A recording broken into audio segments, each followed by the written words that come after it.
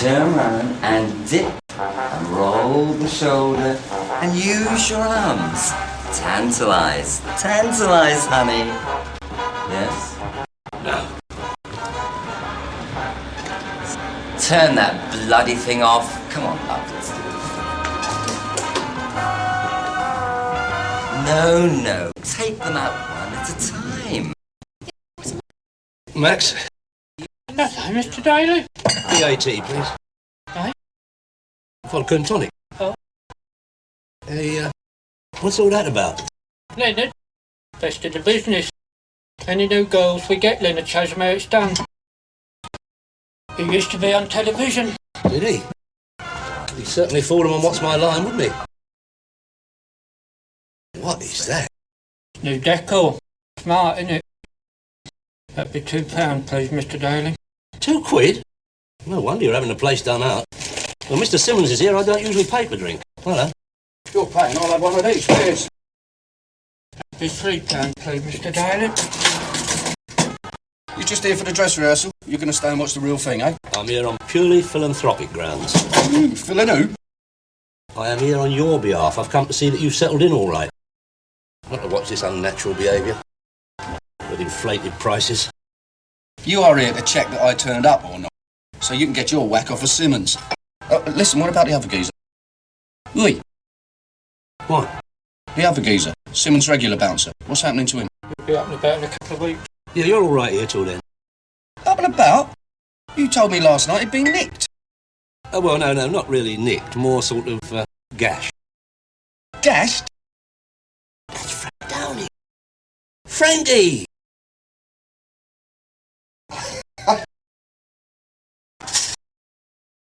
Well, Arthur. What are you up to here? I haven't seen you since they put you up for that passport fiddle. What was it? Putting moustaches on bank robbers, wasn't it? Yeah, they've done me for that. I've gone back to painting since I came out. Well, I never. Terry, I want you to meet a friend of mine. Frank Downing, Terry McCann. Terry works for me. Yeah, it's all right. We met earlier. Terry's a minder. I rent him out, you know. Very useful, young Terry. I've heard that. You see? Top man in your field. World's most expensive lager in your hand. Endless display of bint under your nose. Not exactly blood, sweat and tears, is it?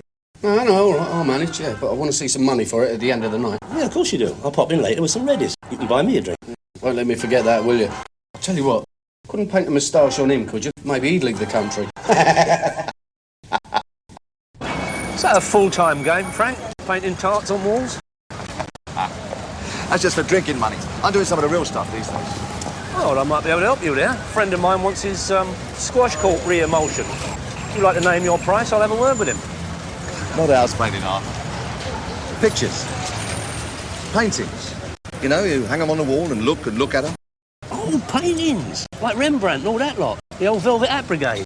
You got it, Arthur. Well, I never. How very tranquil.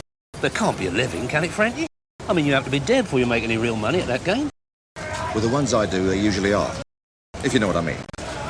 Yeah. Genuine forgeries? Let's say in the style of. Forgery is not a word they use a lot. Frankie, would there be any room for an entrepreneur in this business? You know, someone with a bit of capital behind him? Not short of a few quid?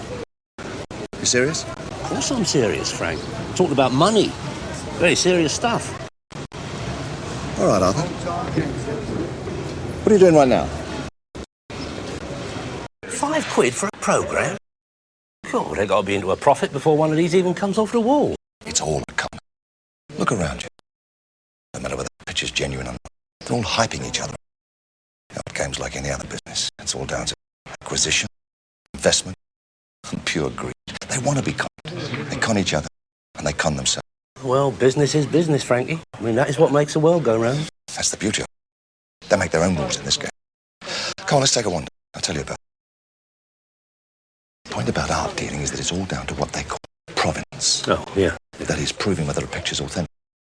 And the dealers call their own tune. It's their opinion that the punter goes. If they want a picture, they want to be. Yeah, well, it's the same with motors, isn't it? Of course it is. In this game, it's a lot easier. Because it's all down to signature. If you don't sign it, it's not fraud. Frank? What sort of money are we talking about? Depends on the painter. Anything from £500 to 500,000. If it's a good oil, a name they're looking for. We're talking about one of my genuine, one I could put a signature to. 5 or 6 grand. 5 or 6 grand, eh? Tell me more, Frank. And 6,200. 6,500. It's £6,500 now in advance on 6,500. Wouldn't do to get a nervous tick out of turn, would it? I'd have to rush out and flog the motor to pay for it. Doesn't work like that. You've got to prove your reserve before you're allowed to bid. The geezer up there's tuned into what's going on like a laser beam. Otherwise you could have a couple of hoorays bumping up the price for you. 4,800. At £4,800 now. Advance on 4,800.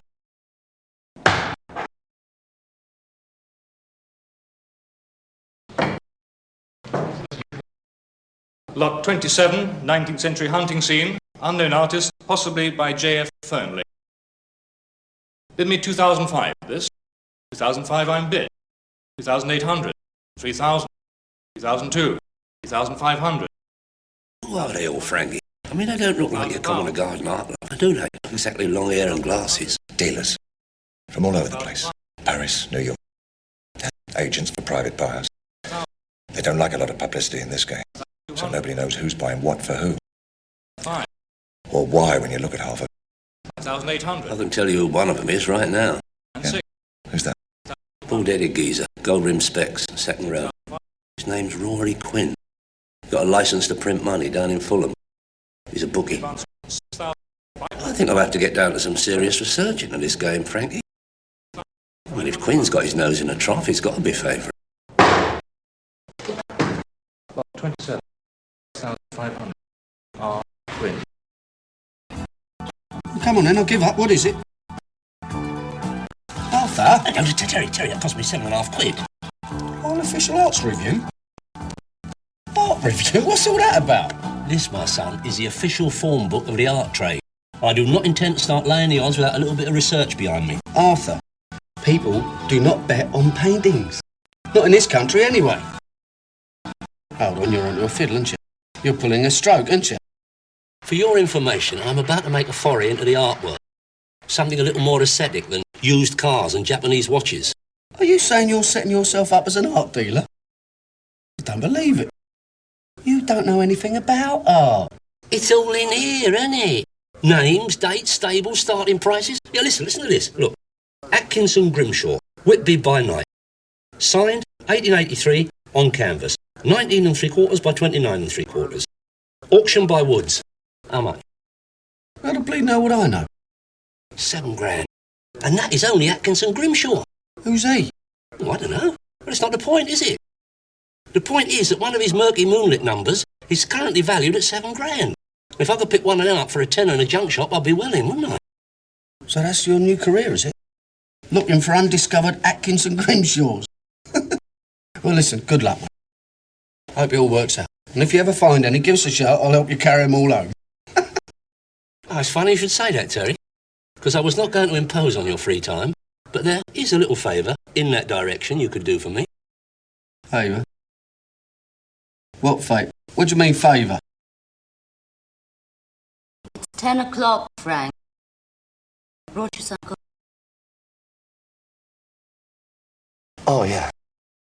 Oh, that's nice.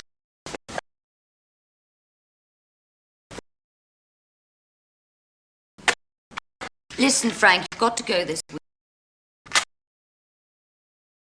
I mean, I know you've been good to me, but I think I've returned the favour. You can't toss here forever and no time soon. I'm working. Oh, I know what you're working on. Works of art. Paintings in the manner of, not forgeries. It doesn't matter. Kevin comes back and finds you. Here you go, man. Why should he? All I've done is borrow some paints and a few books. I haven't strayed from the couch, have I? It wouldn't make any difference. You're here and I'm here. That's all he needs. I've told him about you. I've told him it's finished. Wouldn't exactly look like he came back for living. Good while it lasted. You don't. That was 3 years, Frank. I'm not far. Why'd you let me stay this time? I didn't exactly twist your arm, did I? I know.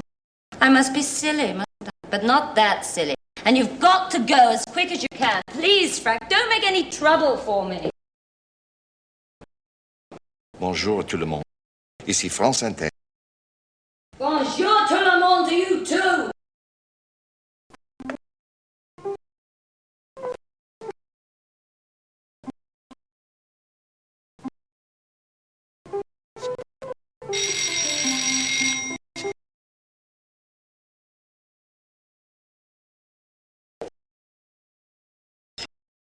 Oh, hello. I was looking for Frank Downing. I was told he lives. Sort of. What do you want? Well, a friend of mine's bought a painting and I've come to collect. If he sort of lives here, is he sort of in or sort of out? It's all right, I've come to collect a painting, not his national insurance contributions. He's working. You better come in. Frank, there's someone here for you. Who is it? What does he want? It's me, Terry. I've come to get Arthur's picture. Oh, yeah. Hang about. Be with you in a minute.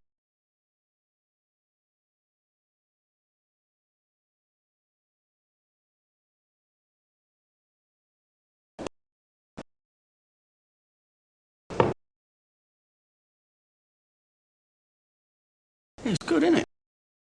Bit dated, though. It will be. When I get the geriatric code on it. What?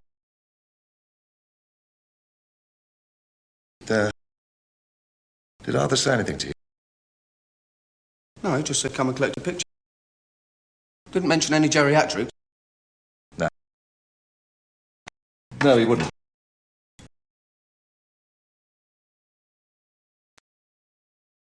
There you go. Tell him I'll be in touch in a couple of days.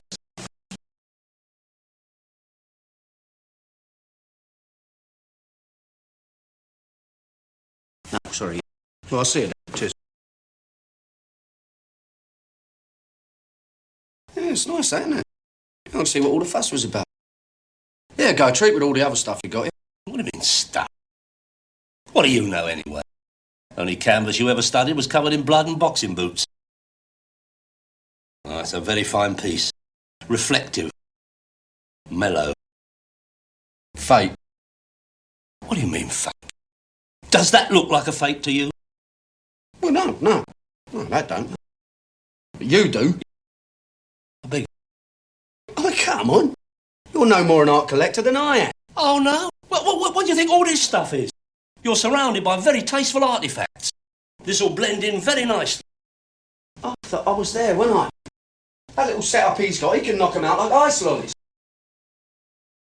What did Frank say? We didn't say anything, but I got eyes and a brain, haven't I? Hmm? All right.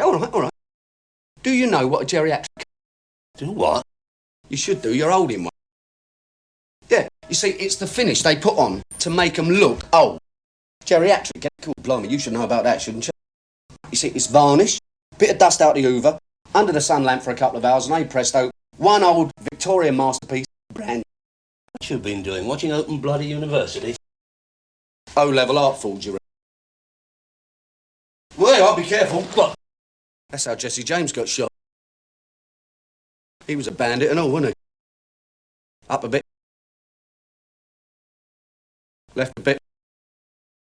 It's a shame. What is? You're a skilled artist, Frank. It's a shame you don't do something of your own instead of forging other people's work. Yeah. Like painting murals in strip clubs. You don't have to do that either. You could start by putting as much confidence into something of your own as you do into copy. Or maybe you've got nothing of your own to say. Is that it, Now Frank? listen, this whole game's a rip-off. You know that as well as I do. Nothing's new, man. You just can't go any further. And all I'm doing is proving what a rip-off it really is. It's all just a joke. Frank Downing strikes back. Okay?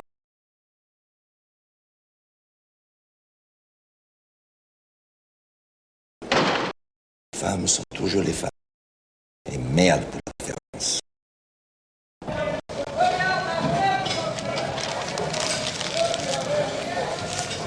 Hi. Hello again. Well, I do hope this isn't just a coincidence. Well, not really. I had to come down this way. Frank told me where he'd met you. That's the aftershave, innit? Oda Strip Club. Oh, it's a killer. Listen, I'll tell you what, I haven't had any breakfast yet, let alone lunch, so feel like joining me in a bit of egg on toast, bacon, berries? I picked up with him when I came to college in London. I don't know, there seemed to be something glamorous and exciting about him then. It's not like that now. So why are you still putting up with him? Well, it's your gaff, isn't it? I share it with the guy I've been with for a while. Well, he's away, and when I ran to Frank in the Portobello, he was a long way down. He'd just come out of jail. He was very good to me once, and I really did love him. I felt very safe with the artful dodger. 2 eggs and bacon. Oh, smashing, thanks a lot. It doesn't matter what you do for a crust, does it? I mean, love and that, it's... But why am I getting all this? Or is it just my animal magnetism? You know what Frank's doing, so you must be in on it somehow. Hold on. No, I'm not a crook, if that's what you're trying to tell me. But Frank told me you work for a man called Arthur. He said Arthur was the craftiest villain in London, so I thought you must be one of the... A man called Arthur. Oh, dear. Be writing his autobiography next. I'll tell you what, Frank can do the illustrations, can't he? Now, look, I've got no connection with Frank at all. I mean, I can hardly go and tell him to fold up his easel as far as you're concerned, can I? No, I'll work for Arthur. Well, I work with Arthur, really. Throw a bit of muscle about or drive a car. I'm a minder, and that's as far as it goes. Well, half the time, anyway. What do you mean? Well, Frank was wrong about me. But he wasn't totally wrong about Arthur. Lovely.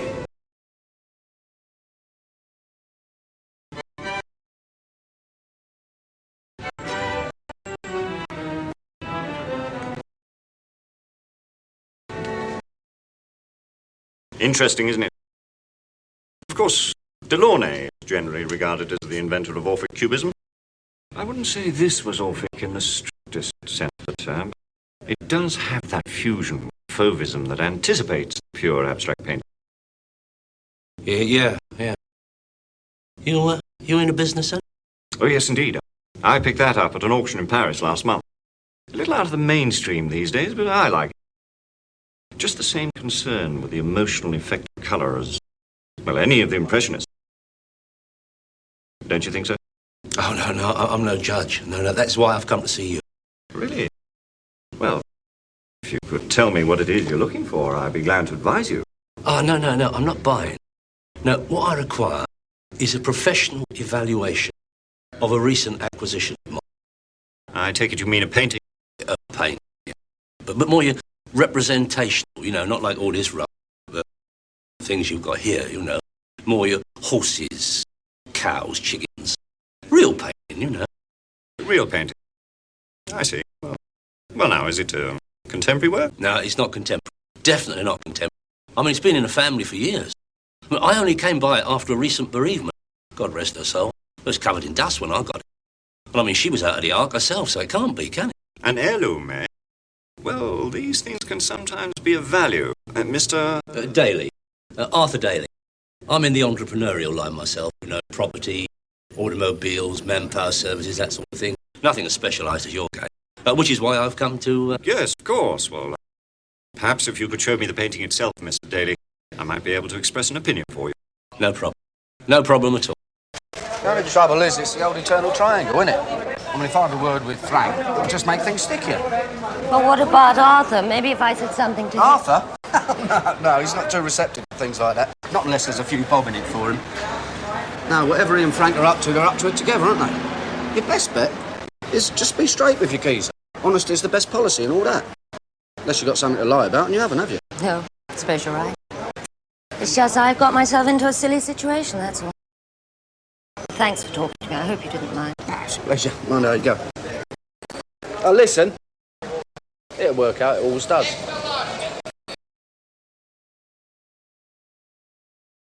There you go. Thank you. Oh, please, don't mention it. It's a pleasure to have an aficionado like yourself in the house, Squire. You see, the trouble with my game is, it's full of, how can I put it, riff-raff. You know what I mean? I mean, there really are times, when I cry out for a bit of equal company.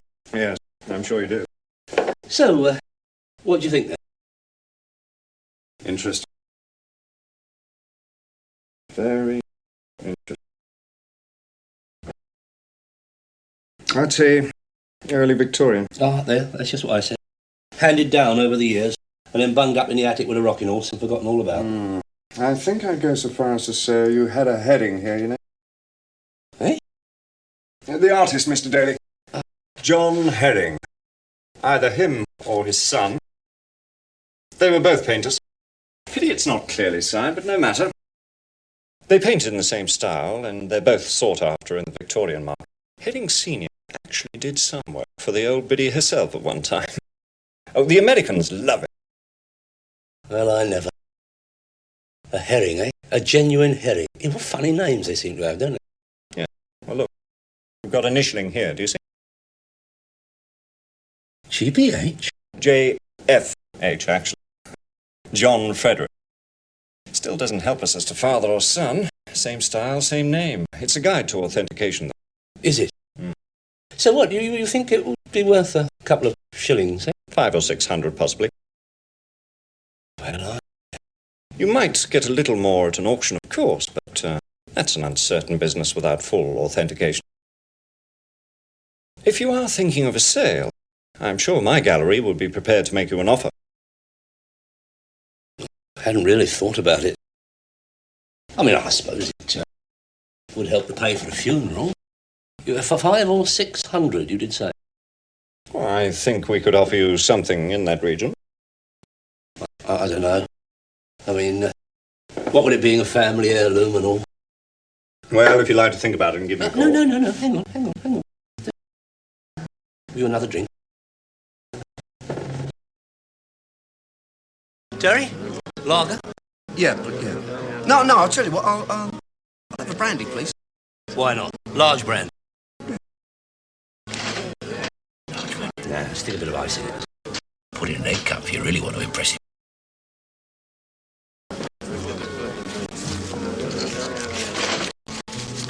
There you go, then. One large vodka, one small brandy, large ice cubes. I don't know why I patronise this place. The innuendo I have to put up with. Me neither. Must be my charisma. You certainly ain't your prices. There you are, Terence, my son. Genuine Napoleon brandy, matured in the cask. I bet Josephine didn't have to freeze it to death to make it look like a big one. What you so touchy for? I bought you a drink. A drink, yeah. Nah, it's that little artist bird she found me at work. Ooh. Your friend Frank's sleeping on her sofa, right? Well, her boyfriend's coming home and she doesn't want Frank there when he arrives. Listen, Terry, don't start getting involved with Soppy Bird's emotional traumas. Frank and me have just made our debut in the fine art world. A reputable gallery has just paid us for that little painting you were slagging off. Cheers. That's frauded. No, it is not. It's a fine point of authentication, as we say in the trade. But you wouldn't know nothing about that. Oh, an art expert now, are we? What's next? Live on stage at Sotheby's? Well, you can sit there in idleness and mock, my son. I've got business to attend to. Ars longa, Rita brevis. You remember that, Terence.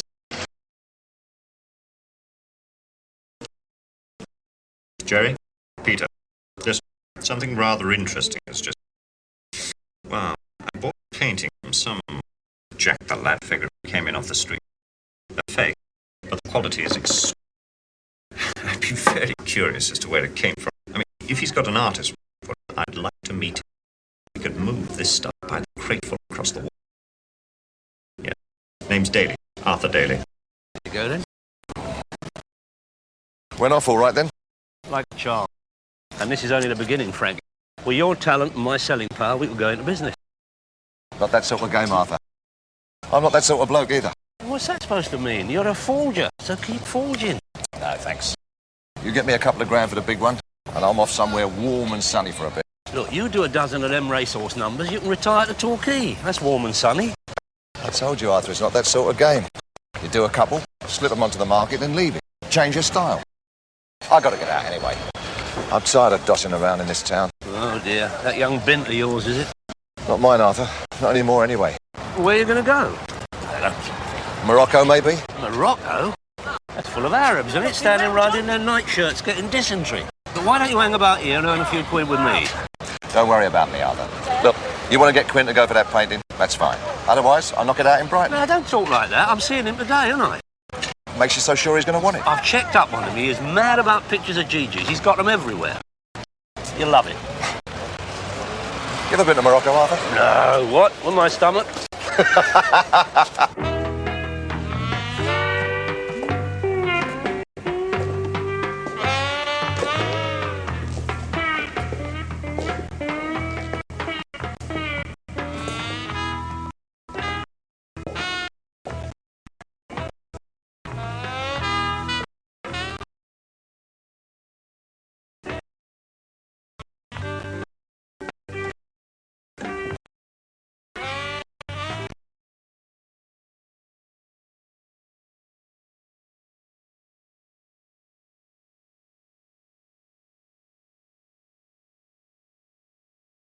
No, it's Joe, right?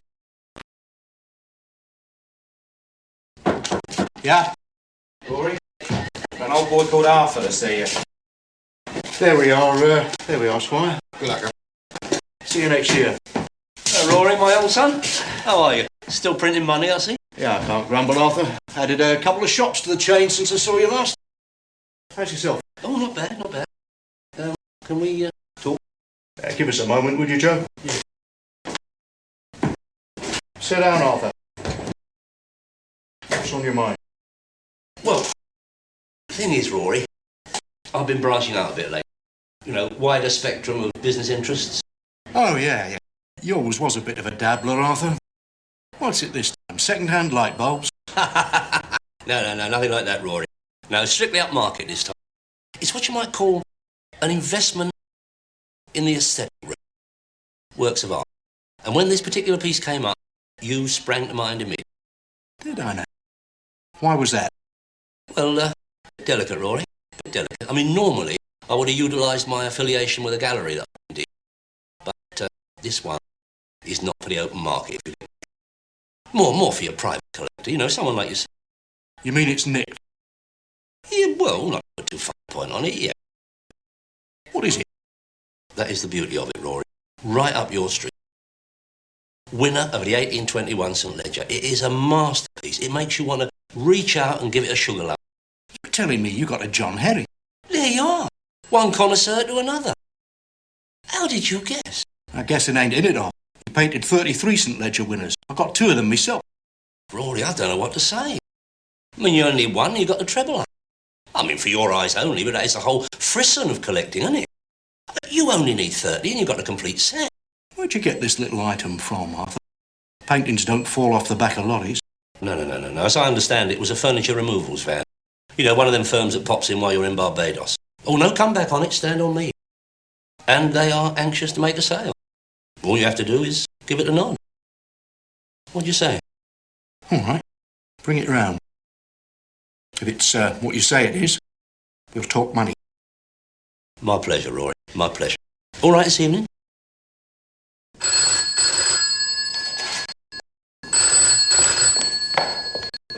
Hello? Kevin! Hello, darling. Where are you? Oh, great! Will you be home today? Yes, of course. Hey, listen.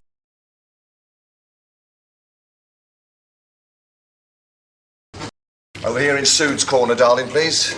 If you'd like to pander to the needs of a far from penniless artist and look after my young friends here. Lager, bitter. So, when Mary got back, she asked me if I'd go along next time for his friend. And I said, you must be joking, like great fat American. And she said, he's not that fat and he is in oil. So I said he'd have to be, wouldn't he, to get into his clothes. And large ones, please, darling. Make the most of it. Might be the last time. Terry? Yeah? Oh, sorry. What were you saying? Who's the big spender then? Oh, he's an artist. A friend of Arthur's. Is he famous? Not for his own work, no. No, don't worry about it. Now, what were you talking about? I can't remember now. Well, I suppose conversation's not your greatest asset, is it? Thanks very much. No, well, I'm no great talker myself when you get down to it.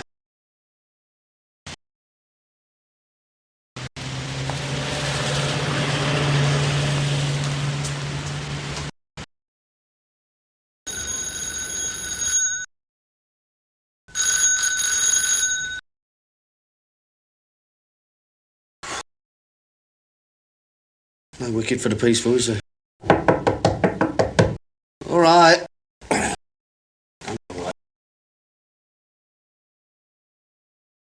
All right. Come on, Benny. I might have known it was you. What do you want? Would you want? Is that any way to address your guide and mentor, Terence?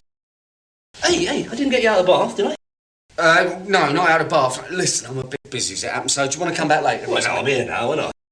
What do you mean, busy? Well, it's, What you doing? Come on, Terence, must be at work.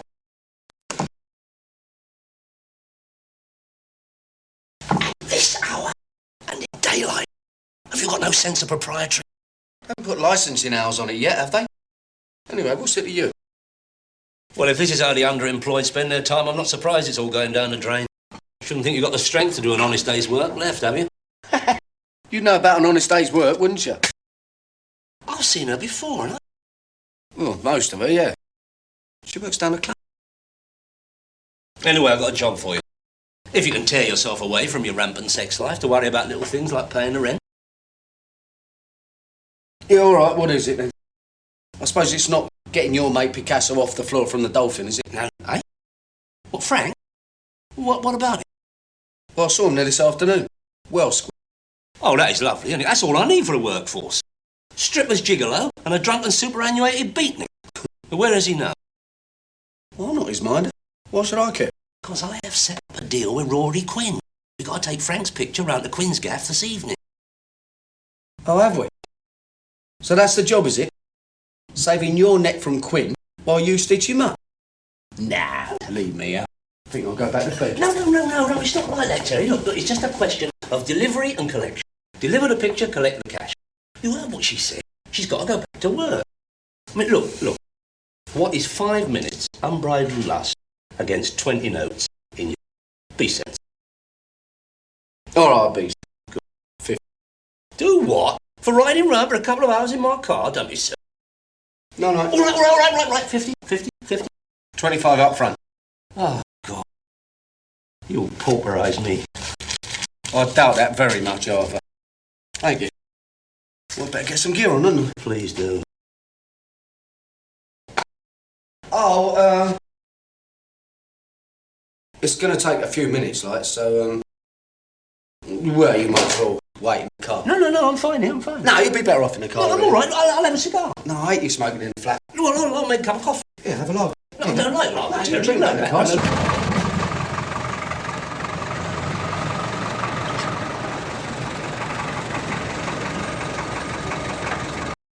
Bon, where are you? Alex, sweetheart. Come and have a drink.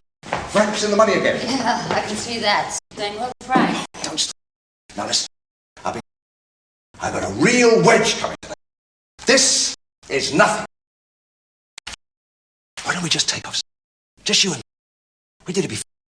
Listen to me, Frank. You've got to go now. Kevin's just phoned. He could be back any time. Fous de ton Kevin, je m'en fiche de... I'm talking about us. We can go to Spain.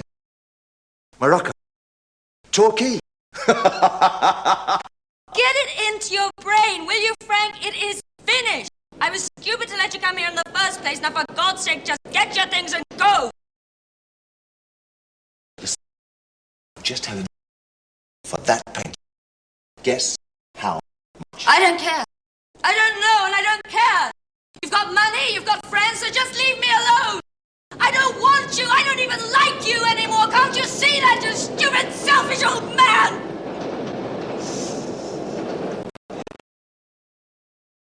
Yeah, I suppose. Just... Please, Frank, just go. I'm so...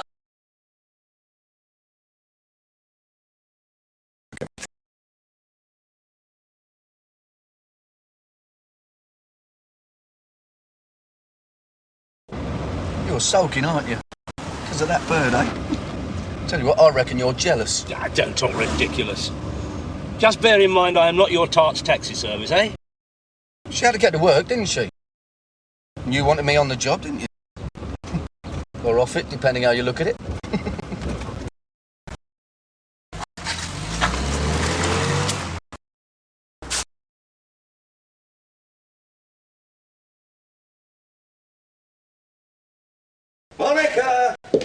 Kevin. Hello, darling.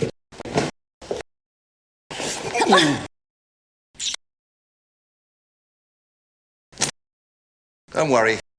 I'm on my way out. It's all right, Kevin. Frank's just been staying here a few days. Oh, really? For old time's sake, I suppose. Look, I just told you, don't worry about it. I've just been doing a bit of work, that's all. And now I'm leaving. Yeah, so I see. What's up? Have I come back here 10 minutes too early? Or is there a queue round here I'm supposed to join? Take it easy. Stop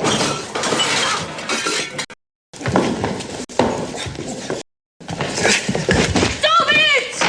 For God's sake, stop them! Stop them! I had a feeling something like this would happen. I don't want to listen to myself. All right, lads, come on.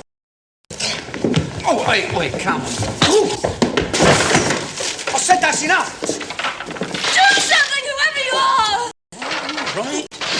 No, don't worry, love, I'm in the tray. My boy will look after his. So watch it. Just get this out of the way. Back soon. Right, turn it in, will you? For God's sake, Kevin, you're so silly! It makes four of us, doesn't it? Just get him out of here, will you? Get him out!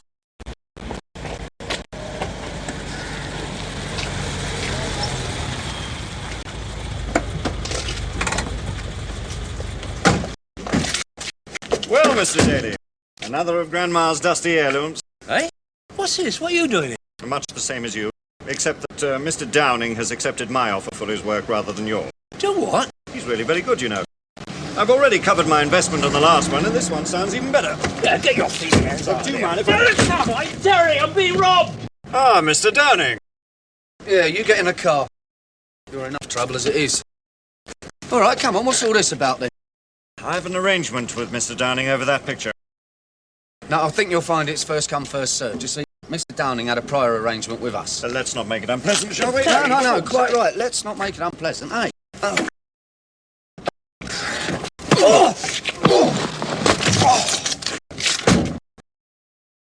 That weren't too unpleasant, was it? Jerry! You were pathetic. Did you know that?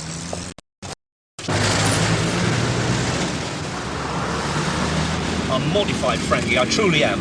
Going behind my back like that. Wasn't like that, Arthur. Done some checking on you. And he came up to me in the pub and I told him he could have a look at it. Done some checking. And what about the law? No chance, Arthur. He's as crooked as you are. Oh, that's a relief, isn't it? At least you're all bent in this business. How about Quinn, Arthur? Is it game? Oh, no trouble.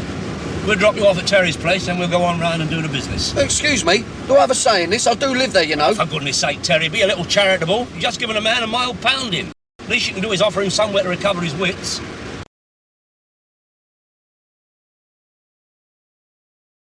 Now, don't start yapping and spoil everything with your lack of expertise on this. Will What you mean, don't tell him it's a forgery? there you are. You see, you've started already. Have I said anything about the forgery? And don't forget who is paying you 50 quid for this. Not a bad day's work, is it?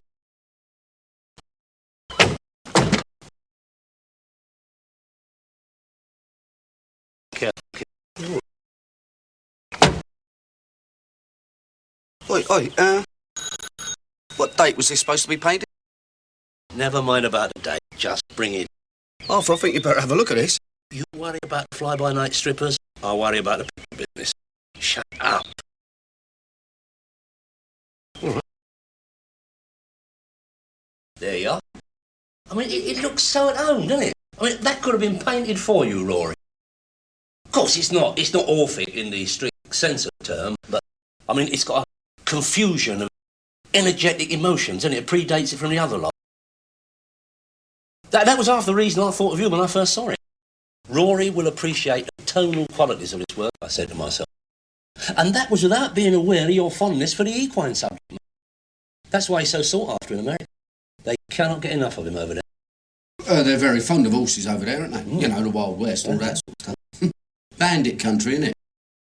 No, I like it. I like it very much. Well, at 5, that's got to be a bargain, Rory. I mean, Christie's knocked one out about 12 months ago for 5.8. Well, you reckon with what? Inflation and all that. You're looking at 8 grand's worth of light and shade hanging on the wall.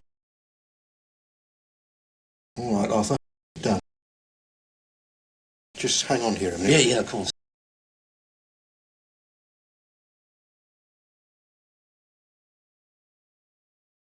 I don't suppose...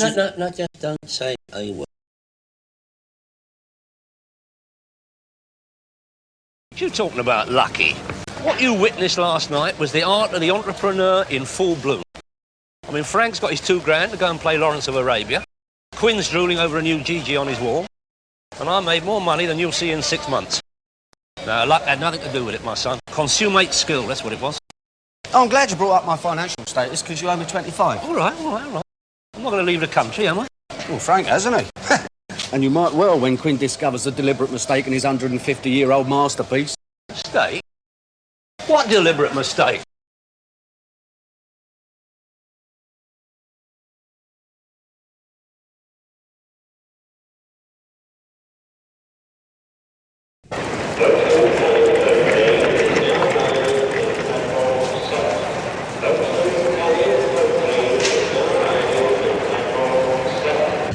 Don't keep on, it's done, innit? Yeah, but why didn't you say something? Instead of just standing there, you let me walk right into it. Couldn't, could I? You kept telling me to keep quiet. That is beside the point. You're supposed to be looking after my interests. I mean, what am I going to do? He'll tear me to bits when he finds out. You'll just have to give him the money back, won't you? Eh? You'll tell him it was an artistic oversight on your part. And you'll tell him now. Oh, my God. You hold him off, Terry. I'll go out this way. No, I don't think so, Arthur. Eh? You tell him. Rory, how about that? Just on my way over to see you. Wasn't I, Terry? Yes, you were, Arthur. We can leave you out of this, McCann. It's up to you. No, I don't think so. Looks a bit one-sided to me. We've both been victimised, Rory. I swear to you, I'm as innocent as you are. The trouble is, the guilty party's already flown. Where's my money, Arthur? I haven't got it. That's what I'm saying, isn't it?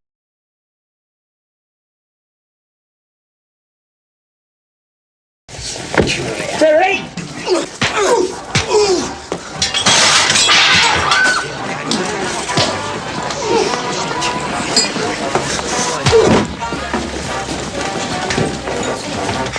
Come on, Terry! Give him the money! Do what? Just give him the money now! All right, that's enough.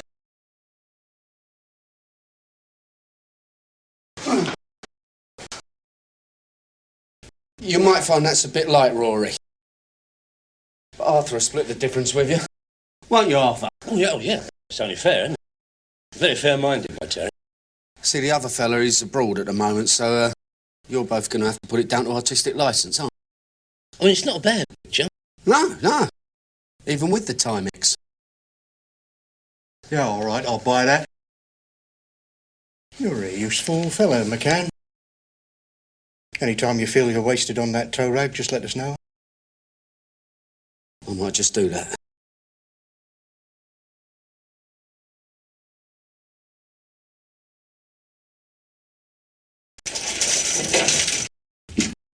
Eyes open, gentlemen. You would you? Terry? Partners. We're a team. I mean, think of all I've done for you. Flat, car, regular employment, no worries, shoulder to lean on when you want it. I mean, think about it. Do you know what I think? What? I think you're like the Mona Lisa. Bleeding pride.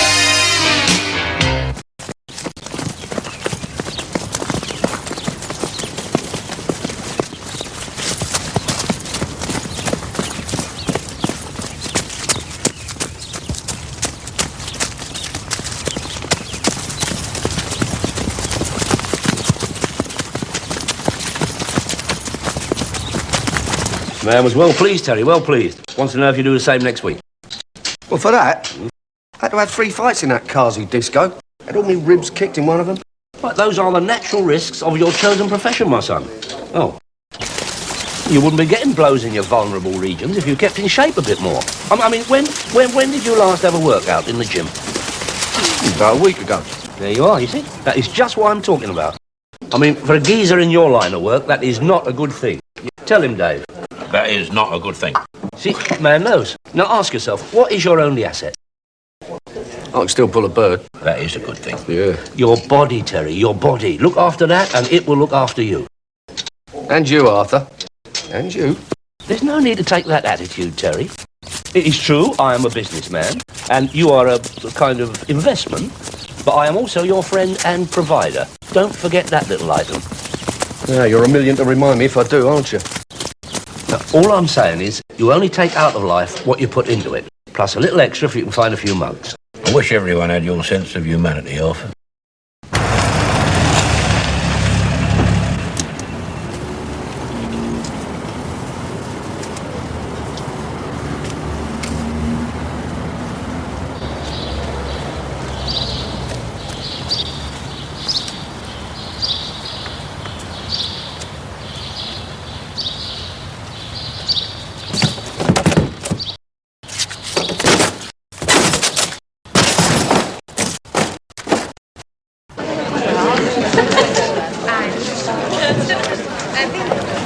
George?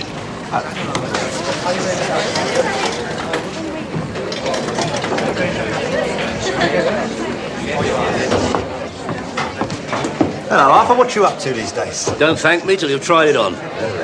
Large vodka slim, mate.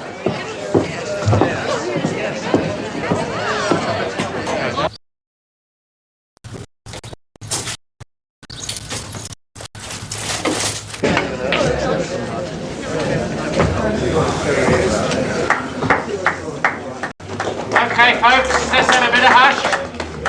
Bring in to you lovely entertainment every lunchtime. Beautiful girls and beautiful entertainment. Thank you very much. Well. That isn't fly by Arthur. Hello, John. How are you? No, don't tell me. Large scotch, no water, am I right? Yeah, nice of you to remember. How could I forget after the last drink we had together?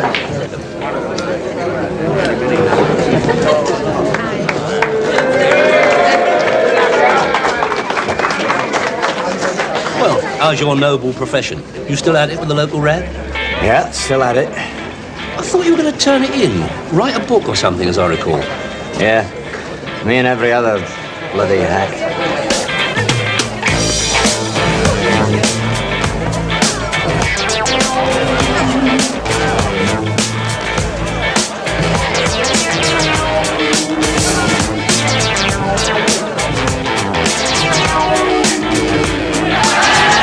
This place has changed. A sign of the times, John. Moral turpitude, lowering of values. Don't say it, Arthur. I was saying to her indoors the other day, she wanted to go to the flicks. The flick? I mean, what is there a decent man can take his family to see these days? I mean, let's get it up with Swedish subtitles. That is hardly a cultural viewing, is it? Bread and circuses, that is all the great unwashed one. Who can blame them? Do you know that wee lassie over there? What? Stripper. Trying to get your attention. I tell you, I am here in a line of business. A business which I might add could do you a favour. Enhance your image as a man of letters. Yeah? What's that then? Don't go away.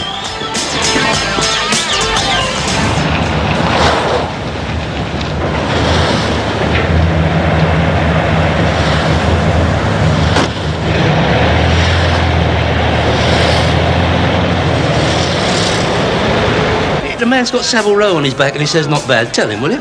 Yeah, terrific, Arthur. Well, at 40 songs ago, that is a steal. 40 quid?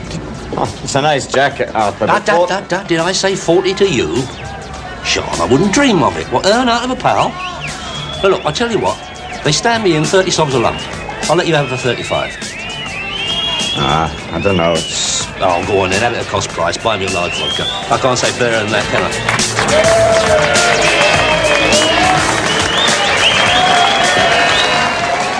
A one-off original, eh, Arthur? Original cut, I said, George. Original cut. What's the matter then, Arthur? Don't you want to know me when I'm out? Will do. Jones! Go. get down to records, pull the docket on one Michael Andrew Dixon and bring it here. Right. Michael Andrew Dixon? Isn't he that? That's right. Mickey Dixon. Better known to one and all as Mad Mickey. But I thought he was tucked up, doing plenty of pottage. Supposed to be, yeah. Only now he isn't. He had it on his toes from Chelmsford Nick this morning. Oh, lovely. The press will have a field day.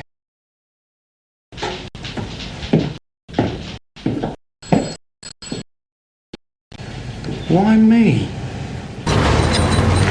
Hello, Deb. What? Mickey! Bet you didn't expect to see me, eh? What you doing here? Just made one from the neck, ain't I? No. I was hoping you still lived here. Do you mind if I come in?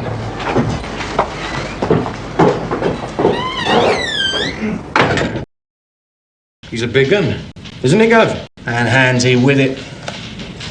He only started off at a 5, you know. Then added another 15 in various lumps for battering screws in a boo. He ended up with an indefinite on Her Majesty's. Nice geezer. Knew him pretty well, didn't you? Yeah. He ain't as wicked as some would have it.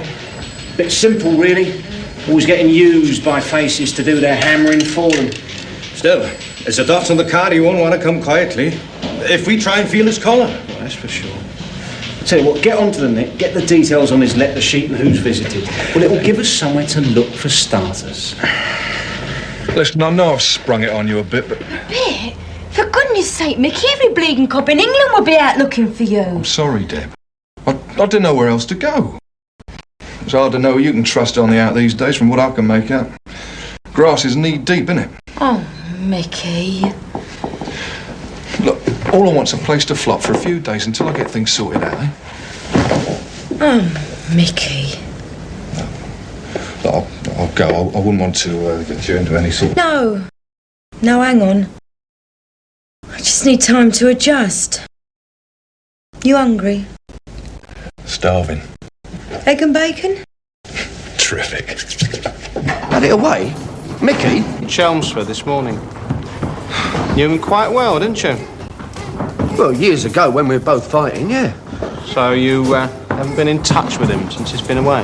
Come on, Mr. Chisholm, you know as well as I do. I wrote to him a couple of times, even went to visit him. That was 5 or 6 years ago. Word of advice, Terry. He'll be looking for somewhere to hole up. Don't let me find him at your flat. Because the facilities for training just aren't the same in the nick. You take my meaning.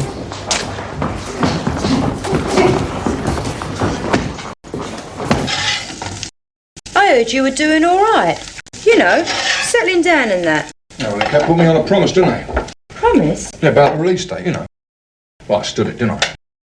Last couple of years. Didn't give no ag. I ain't going back until I've got a definite and reasonable release date, Deb. I ain't.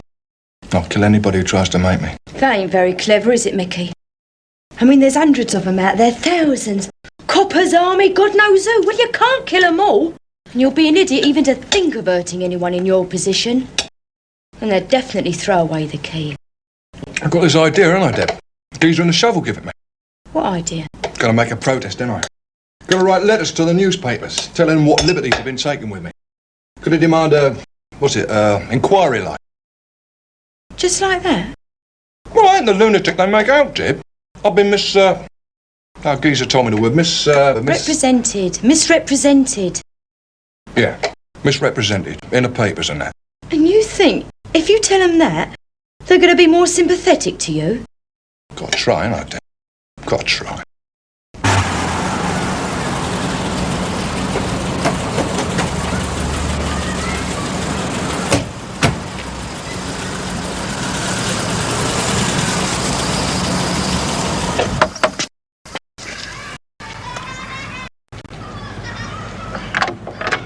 Hello, Queenie. What do you want? Just want to have a word with Freddie, if you don't mind. Yeah, I do. Come on, love. If it's Motors here, he is. He's having something to eat with some friends and don't want to be disturbed. Don't be awkward, Queenie. I could get a warrant. Who is it, Mum? You finish your meal. He don't eat proper as it is, not with you lot harassing him all the time. Why, Mr. Chisholm? What's all this then? You go inside, Mum, I'll handle this. Now go on, there's a good girl.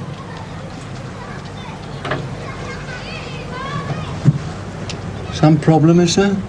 Friend of yours had it away from Chelmsford Nick this morning, Freddie. Mickey Dixon.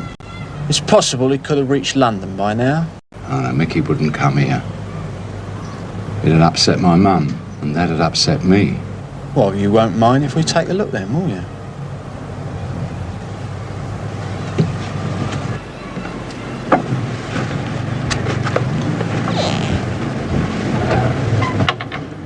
Sorry to bother you with it, Terry, except I didn't know how else to handle it. At your place? But I've already been pulled by the old bill down to him. I don't think I should get involved. Well, I didn't know who else to ask. I mean, what am I supposed to do? Look, Deb, if you're asking me to sling him out, forget it. I mean, apart from the fact he could break me in half, I happen to like the geezer. He's a right tasty heavyweight. Till that slag Freddie Baker started managing him. Well, I didn't even know you knew him. Oh, it was before I met you.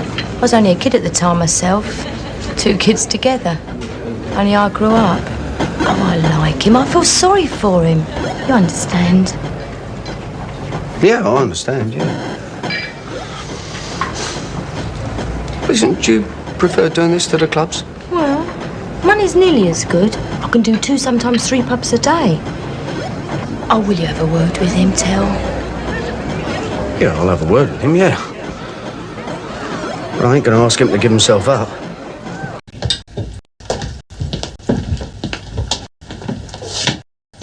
Satisfied? I will be when we collar Mickey Dixon. So if you don't want any distress, don't you go giving him a bit of help if he comes asking for it, Freddie. Nobody gives me distress, Mr. Chisholm. Least of all the Mickeys of this world. You'll be all right, Freddie. Your day will come. Mick, Sal, good to see you again, mate. Really good. How are you keeping? All right? Well, ducking and diving. We're still doing a bit, eh? No, I'll give that all up. Too much like hard work. Yeah, well, I still kept myself in shape, you know, Tel. Worked out every day, never missed. Even on chokey. And in a box. Listen, Mick. They gave up trying to put the jacket on. I used to bust them. They took liberties, Tel. I told Terry what you planned, Mickey. Thought he might be able to give you a bit of advice. Yeah. Good, innit? What do you think, Tel? Well, the point is, the old Bill already think you're on the manor. I was telling Deb. They give me a tug this morning just 'cause I knew you. No. Already? Yeah. So they're going to go around visiting all your old friends and acquaintances, aren't they? Including Debbie. No, not here, Tel. Nobody knows about me and Deb. I ain't that daft. Are you sure? I mean, didn't you ever visit him or write to him when he was in Nick? No. Oh, well, that's something at least. And that's the first lot they're going to check up, innit? Well, I'll be all right here. I mean, Deb said I can stay until I get things sorted, didn't you, Deb? You can't stay here forever. And you can hardly start walking the streets, can you? I mean, you ain't exactly hard to miss. It's only till I get a release date, Tel. And then if it's fair, I'll put my hands up. Look, I wouldn't rely on that too heavily, mate. The authorities have already got the bang needle because of the escape, haven't they? Look, I don't know, well, maybe you ought to think about getting out of the country for a bit. That's a good idea, Tel. With you and Deb around to help me out, it's bound to work out, innit? You seen that? Yeah. You knew him quite well, didn't you? Well, we're on the same boxing circuit, yeah. Listen, I've got to have a word with you. Can we go outside for a minute? Outside? Well, what's wrong with in here? Yeah, what's wrong with in here? Well, nothing. No, it doesn't matter, don't it? Well, you can say what you have to say in front of Dave. He's one of our own. It doesn't matter. Maybe it's private, Oliver. Private? What's private? Boy's life's an open book. He's got no right to be private with us. Ain't he? What is the matter with you? What do you have to mention it for? Mention what? I haven't said a word. Look, are you coming outside or what? Yeah, if it's that important to you, Terry. Have you ever known me turn down a request from a friend? And provider? Here.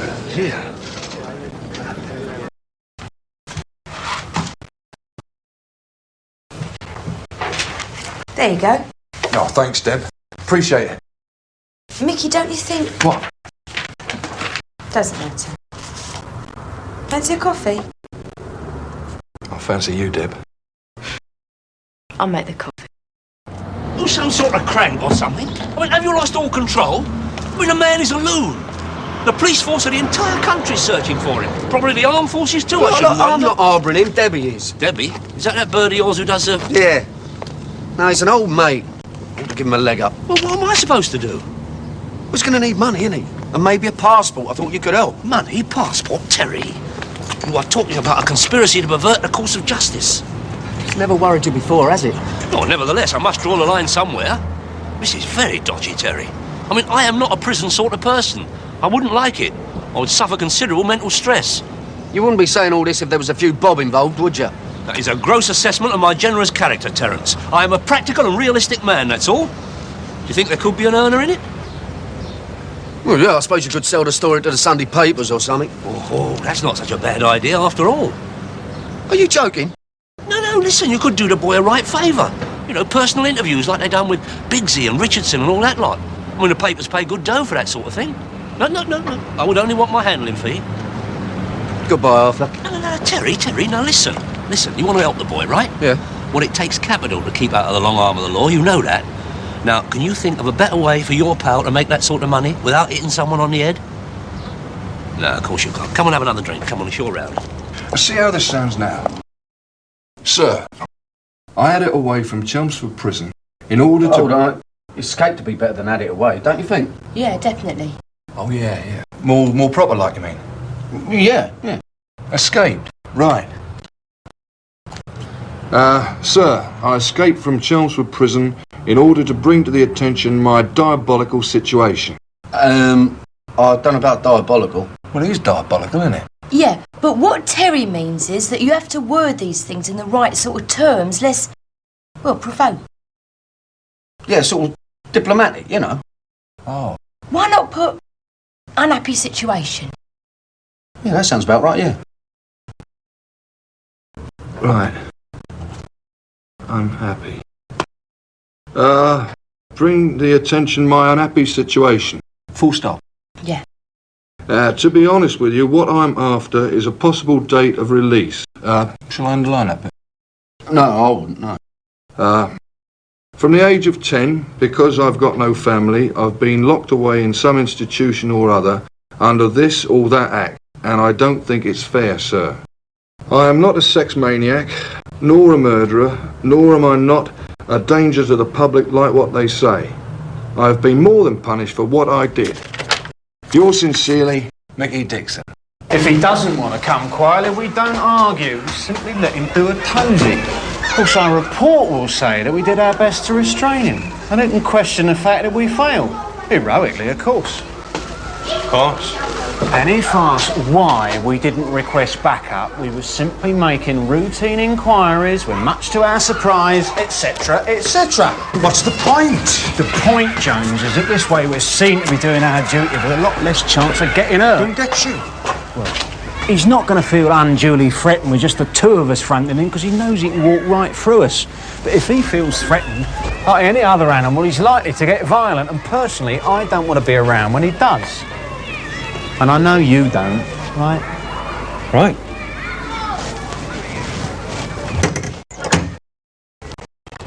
Heroics are for mugs and wallies.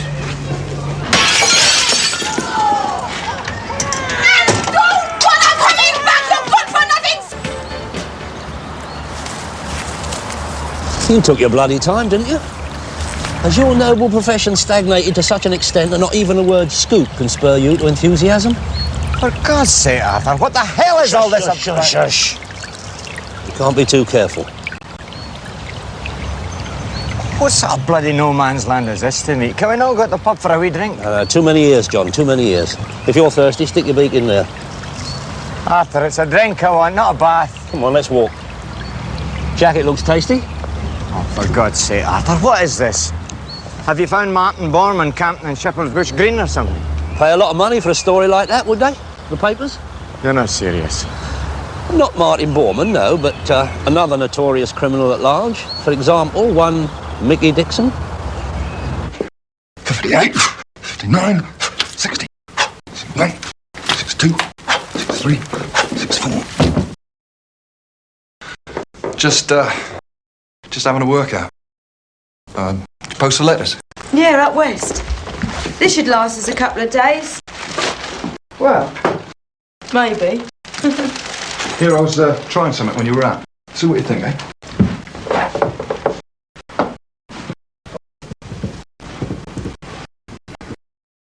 Amazing. Look, what we are talking about is an interview with one of the country's most wanted. I mean, any of the nationals would name a five-figure sum for that kind of exclusive. They'd have to. It's another of your wee hustles, Arthur. Do you really know where Dixon is? Look, let us say I know a man who knows a man who can make the arrangements. What are you telling me for? I'm only a local hack. You are a friend, John. Look, what we have here is a very sensitive situation which has got to be handled with the utmost circumcision. Now, what I need is someone I can trust with contacts in Fleet Street who will not betray a confidence, i.e. keep my name out of it. Oh, yeah, naturally. Yeah. Push off! This has got to be a waste of time, Gav. Who's next on that list? Bernie B2. I can't see him getting involved, but we'll give him a tug. Well, I can see it now, John. 2-page spread. No, 4. Exclusive. My own story by Mad Mickey, as told to that intrepid reporter, John Anker. I mean, think where it might lead, John. Your own column on The Guardian. Look, what you want to do is play up the beast at bay angle. No, don't do that. He might not appreciate that. Arthur, I'm not interested. Not interested? It's nothing personal, Arthur. It's not a bad story, I'll give you that. It's just that I'm too old for ambition, and I'm too young to retire. I'm quite happy just to coast along on the court reports and the local gossip. I do not want any more pressure. I do not believe I'm hearing this. I mean, you're younger than me. Well, almost. And I'm offering you the scoop of the decade. Probably the century, and you are not interested. Arthur. Give this guy a ring. He's a good reporter. I'll pay you back, Deb. I'll get hold of some dough somehow and I'll pay you back. What for? Well, for food and drink. Put me up in that. I don't want any money from you, Mickey. That's always been your problem. What? Doing people favours. You wouldn't be in the spot you're in now if you weren't so keen on doing people favours. Don't know what you mean. Doesn't matter. But I can't see nothing wrong in doing a good turn for mates. Yeah, nice mates. Mates who buy you a drink, tell you what a terrific bloke you are, then ask you to beat someone up because it's easier than doing it themselves. It ain't like that. It is like that, Mickey, and it's about time you realised it. And for what? To be one of the chaps? Leave off, Deb. Oh, Mickey, you're a right bloody innocent. Do you know that? Sitting in for you.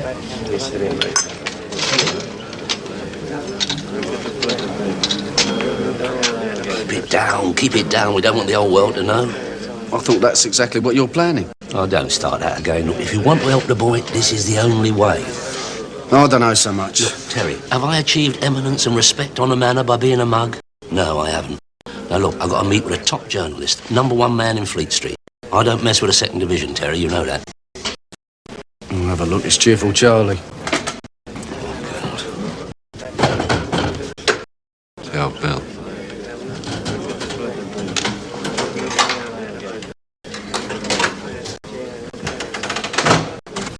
Well, that's the way it goes. That's the news tonight. Good night.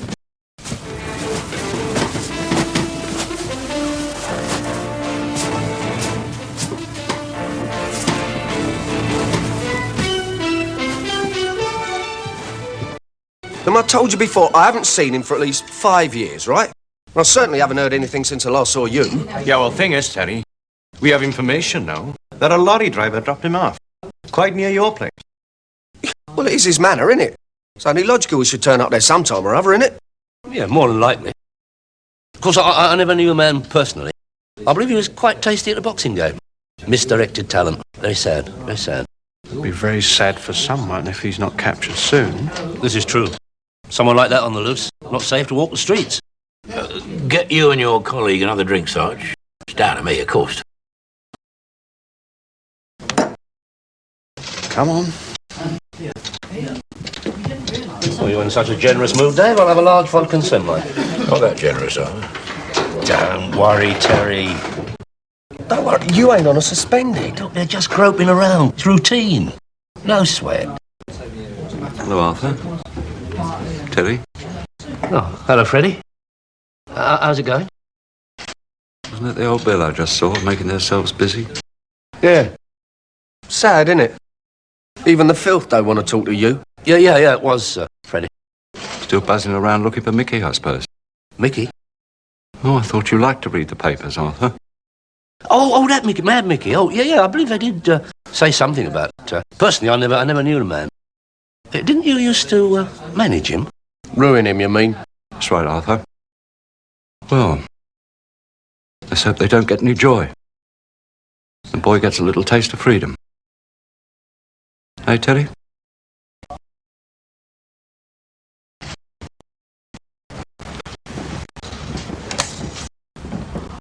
What do you want to take that attitude for? You know the man's a lunatic.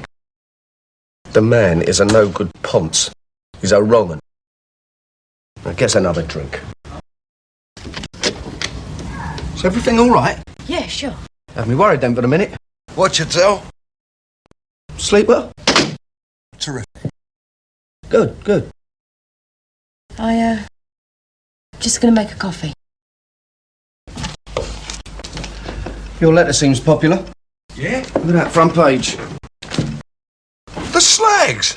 They're still calling me Mad Mickey, look! Yeah, well, it sells papers, doesn't it? I did try to tell you. What? Well, that you're wasting your time with that approach. Still, there's one here that's a bit sympathetic. Yeah? Yeah. Dixon's request for understanding. Look, the reason I came round was to tell you that a pal of mine's had an idea.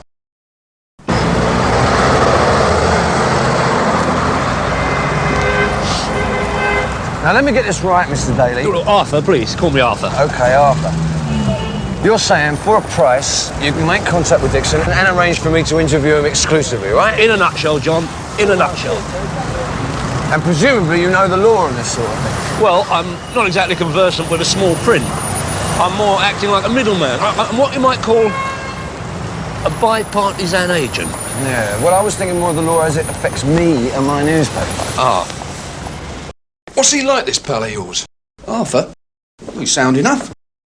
Does have this tendency to go over the top. Yeah, well over. He wouldn't get me nicked, would he? No, I wouldn't do that. Not on purpose, anyway. No. But the thing is, if he can organise it to both our advantage, well, it ain't a bad plan, is it? I mean, it's a great way of getting hold of some going-away money without getting involved in villainy. But, Mick, it's your decision. Yeah. Now, let's just say for the minute that I am interested, and that I can get my editor interested. Now, there's a number of things we have to establish. That's forgetting the legal arguments for now. Oh, of course, John, of course. And the first is, and no disrespect intended, Arthur, but I don't know you from a bar of soap. Oh, Jimmy. Arthur. Oh, Tom. And we have hoax situations on the street every day. Hoax? Oh, no, I'm well respected, John. Very well respected. My word is my bond. Ask anyone. Yeah, I'm sure it is. But nevertheless, I have to make sure. I mean, after all, it was one of your noble calling who stuck me into you.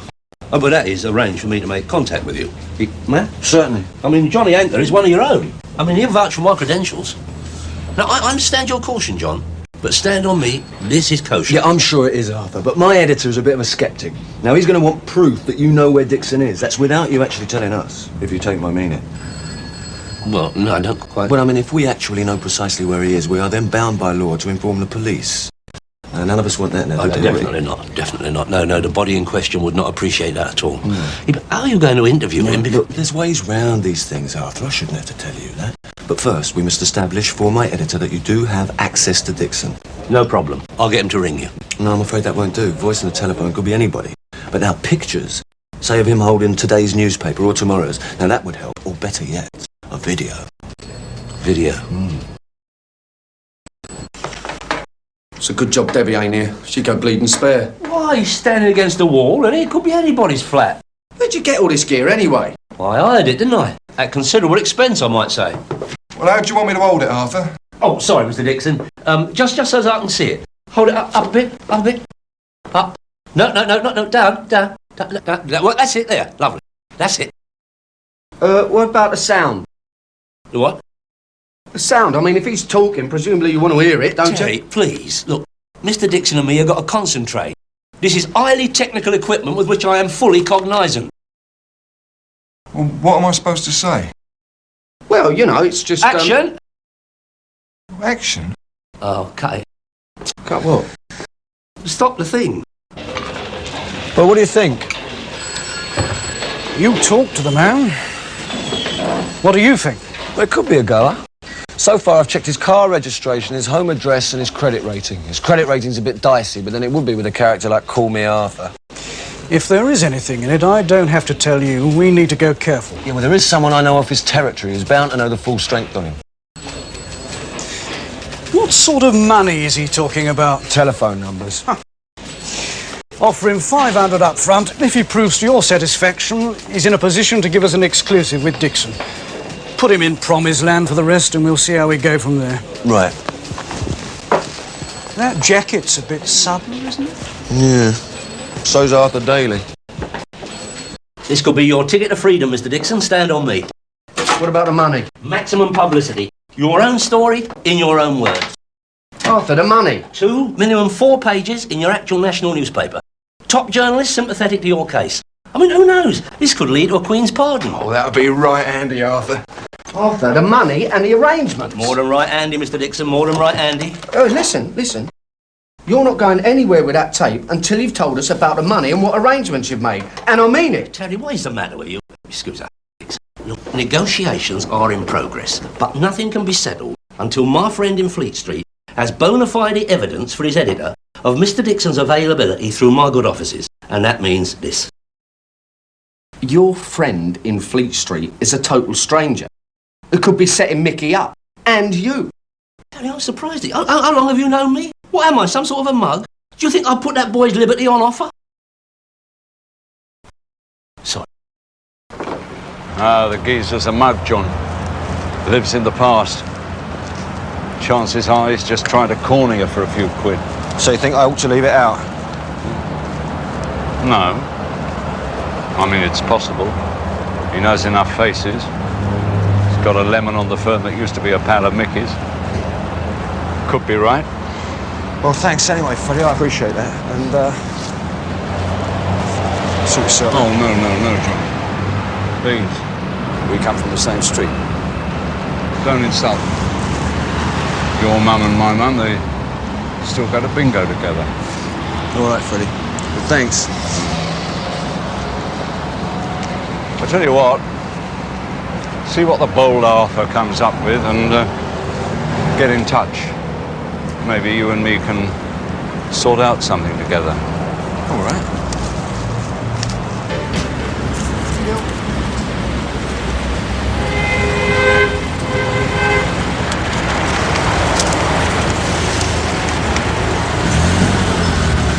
Yeah, well, it's like what I put in the letter, isn't it? It's all been a distortion of the facts. And I just want an opportunity to put my side of things for a change. Tell it like it is, you know. I've been treated very unfairly by the authorities. Been treated very unfairly by the authorities. And I'm not mad. And I don't want to spend the rest of my life dubbed up in prison and die there an old man without the chance. Well, that's all I've got to say for now. Is that all right? That's very good, Arthur. That's very good. Thank you very much. I think perhaps we can come to some sort of arrangement. Naturally, any financial arrangement will have to be negotiated through my editor and must remain strictly confidential. Say no more, John, say no more. Now, of course, there is a little matter of upfront expenses, which have been and will be incurred. Yes, and I have been authorised to give you 500 now, with whatever figure is agreed upon at the appropriate time. That seems very fair, John, very fair. Of course, you realise I personally will not be touching a penny of this money. Oh, of course, sir. Still, as a businessman, you'd be silly to ignore the financial possibilities of all this, wouldn't you? I would? Well, I mean, look at the long-running Ronnie Biggs saga. Films, books, whatever. It didn't take much working out. What, you mean me become a sort of literary agent for the infamous? Yeah. Why not? Why not? I like it, John. I like it very much. I mean, it makes a lot of sense. Film rights, bestsellers, be big. Be very big.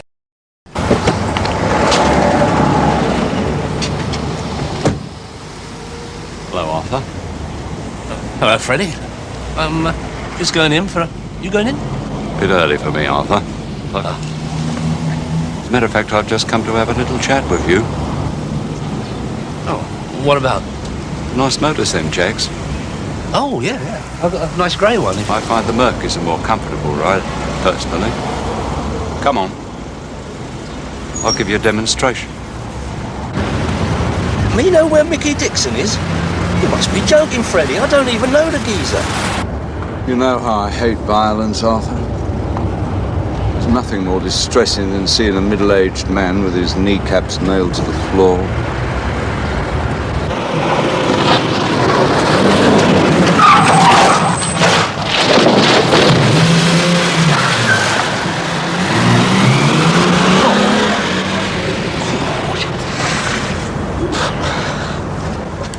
Arthur's been on a blower. He sounds a bit upset. Upset? What about? He didn't say. He just asked me to tell you to hang on here till he arrives. Well, his motor's outside. Where is he? Well, wondered that myself, Terry. I wonder what he's up to now, then. Don't know why you didn't come to me in the first place, Mickey. You want a bit of help? Who better to ask? Yeah, well, I didn't want to give you any unnecessary egg, Freddie. I mean, I figured you'd be one of the first the old bill of pull. Anyway, don't worry about it. Arthur came to me and suggested I help sort things out for you, so you get your bits and pieces together and we'll be on our way. Don't listen to him, Mickey. Arthur won't go to him. He's up to something. Birds, Mickey. What do they know? We go back a long time. Would I put you in it? Nah, it's all right, Debbie. I mean, Freddie's one of the chaps. Anyway, if Arthur says it's all right... Oh, you're a fool, Mickey, a bloody fool. I mean, the man's a lunatic. What else could I do? You didn't have to tell him where Mickey was. I was in danger of being crippled for life. Nails through the kneecaps, a wheelchair job. Cut down in my prime. You tell him, Dave.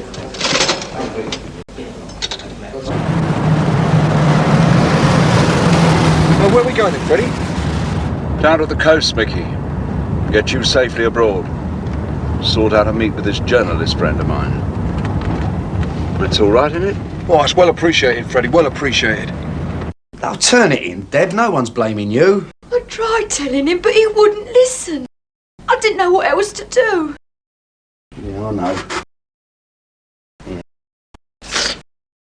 Come on, Debs, try not to be too upset. I tried ringing you at the Winchester, but Dave said you're already on the way. Yeah. No, if anything, I blame myself. Bloody Arthur. Oh, no, be fair, it wasn't really his fault in the circumstances. That slag baker really does hurt people. What I can't figure is how the punch knew that Arthur was involved. Yeah, well, I'm sorry to hear that as well, Arthur. I know my editor will be. Yeah, I agree. The tape? Well, I think the 500 will compensate for that, don't you? Yeah. Well, of course, there's no reason why we can't... Sure. Sure. Yeah. Thanks anyway. How long do you need with Dixon before I contact the police? This is diabolical. Diabolical. This is treachery, deception and betrayal. Diabolical. It's a wicked old world, all right, Arthur. But you told me this man was sound. No, Arthur. I said he was a good reporter. But what's your step? Now listen to this. Thinking he was to meet someone anonymous who had information regarding Dixon's whereabouts, it came as something as a surprise to this reporter to find Mad Mickey himself waiting for him. Diabolical. And you call this Judas a friend? Not a friend, Arthur. A colleague in my noble profession. Remember? God knows what Terry's going to say. Slags. Ponces and slags, all of them. My sentiments exactly, Terry. I don't know. You try to help somebody as you pass along, conduct a bit of honest business, and what do you get? Knife in the back. Grands I could have got. All for Mickey, of course. Of course. Yeah, just leave it out, will you, Arthur? None of us came out of this too bright. Mickey must be well sick. Oh, don't be too hard on yourself, John. Mickey'll know it ain't down to you. I'll tell you what. I'm going to claim that baker. No, that will be ill-advised, my son. Not at all clever. I mean, a minder with no kneecaps is a minder with no work. He's right, Till. If you thump Baker, there's dozens of hooligans he can call on to get you. I know.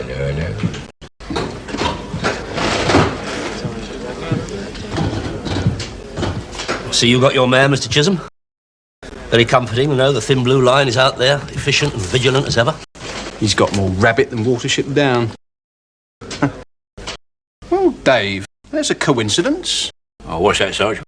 Interesting jacket Mickey's wearing. Oh, yeah.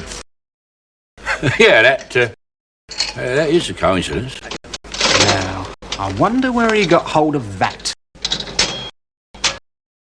I don't know. It could be anywhere.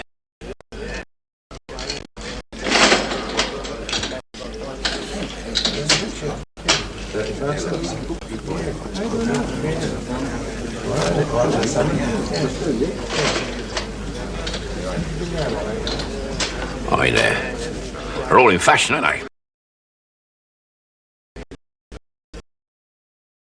Chisholm has a disturbingly suspicious nature. There's no point in hanging around just to be asked awkward questions. Oh, my good God. Something on your mind, Terry? Yeah, I was just thinking, you know, you wear glasses, you must have bad eyes. You ought to have them out. It's just his joke, Freddie. He don't mean nothing by it. That's very funny, Terry. That's very humorous. It's a pity so many comedians get to be so unhappy in their personal lives. No, the boy's upset. Oh, upset, is he? Yeah, well, you know what it's like when Plod starts agging you, you get a bit edgy, don't you? Goodness me, it's at the time. Come on, Telly, we'll be late. Leave it out, Arthur. This slag knows what upset me. You know, the last time someone spoke to me like that, Terry, was the last time they spoke. You are a skunk.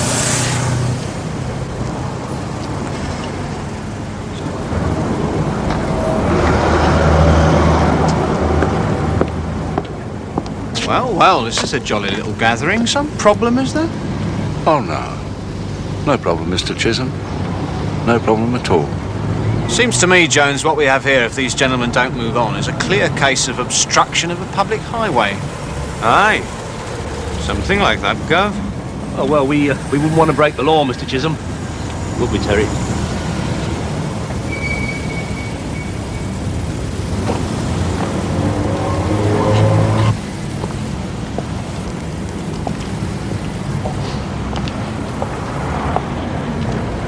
Arthur.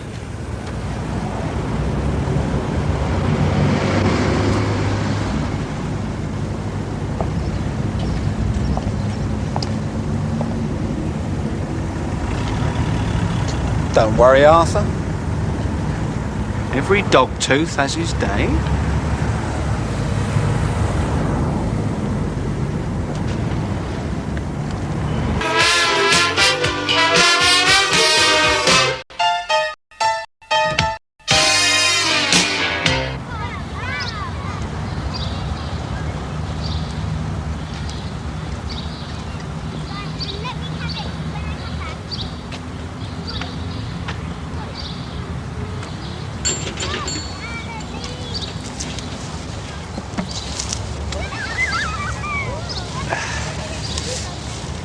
Tell you what a comfort you've been to me, Arthur. Oh, what are friends for, Beryl? I always had a soft spot for you, Arthur. Times like this when I can't help wondering what might have been. Yeah, well, I've lived with my disappointment as best I can. Terry. What I always say is, it's never too late. Your dignity and suffering is an example to us all, Beryl. You always were a discreet man, Arthur. I admire that. Look, we have to go, Beryl. Any problems, give me a buzz, eh? Oh, I'll keep in touch, Arthur. Don't you worry about that. Come on, my son. Oh. Has Marcel been having fun with life, Terry, then? Really, Arthur? Chatting up your old mate's widow straight after the funeral. I was merely being supportive. Oh. Anyway, Alfie Murdoch made a tight-fisted get rest in peace with no mate of mine. Do you know, her old man was the first scrap dealer in the East End to get a telex machine. Well, that must be why she fancies you so much. You know, a complete contrast in personalities.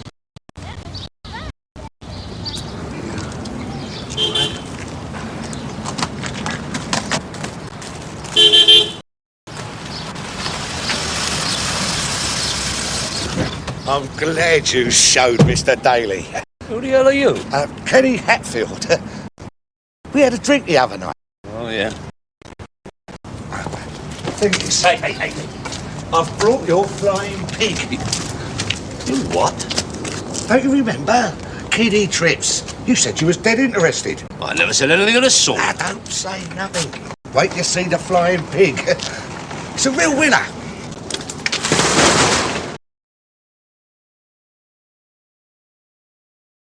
How many times have I told you, Dwayne, it's only meant to take kiddies?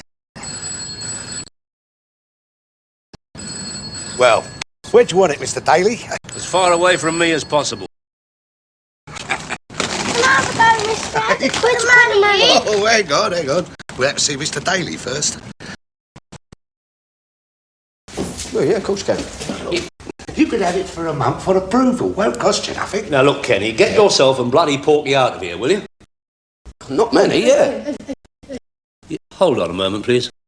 Allow me to handle my telephone calls in future, will you? Get that clown out of here. Yeah, come on, sunshine, it's private. Hello? Georgie Silver. As I live and breathe, how are you?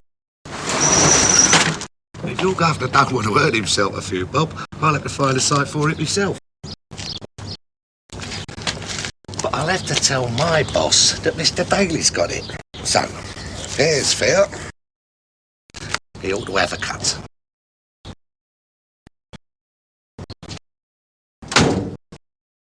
I ought to be able to double that if the weather stays good.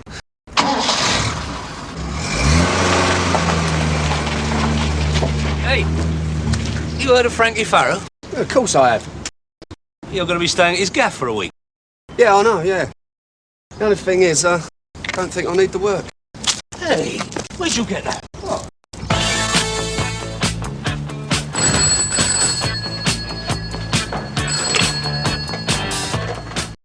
Los Angeles is on the red phone, Mr. Silver. I like this, Terry. I like this very much. This is the sort of area I had in mind for you right from the start. Solo? No, the music business. Listen, you be nice to the geezer. Let him win a few games, you know. I mean, you could end up part of his entourage. Terry McCann, friend and confidant to the stars. Why not? He'll see you now. Oh, sorry.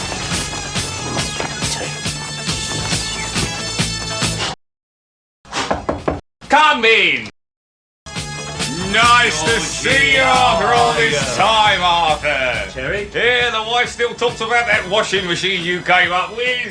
Pleased to meet you, Terry. Take a pew. Here, carrot juice. Crab packed with vitamin D. Why not? Not for me, thanks. Now, I need a good bloke I can trust, Arthur. I get your drift, Georgie. Someone discreet who can stick close to Frank.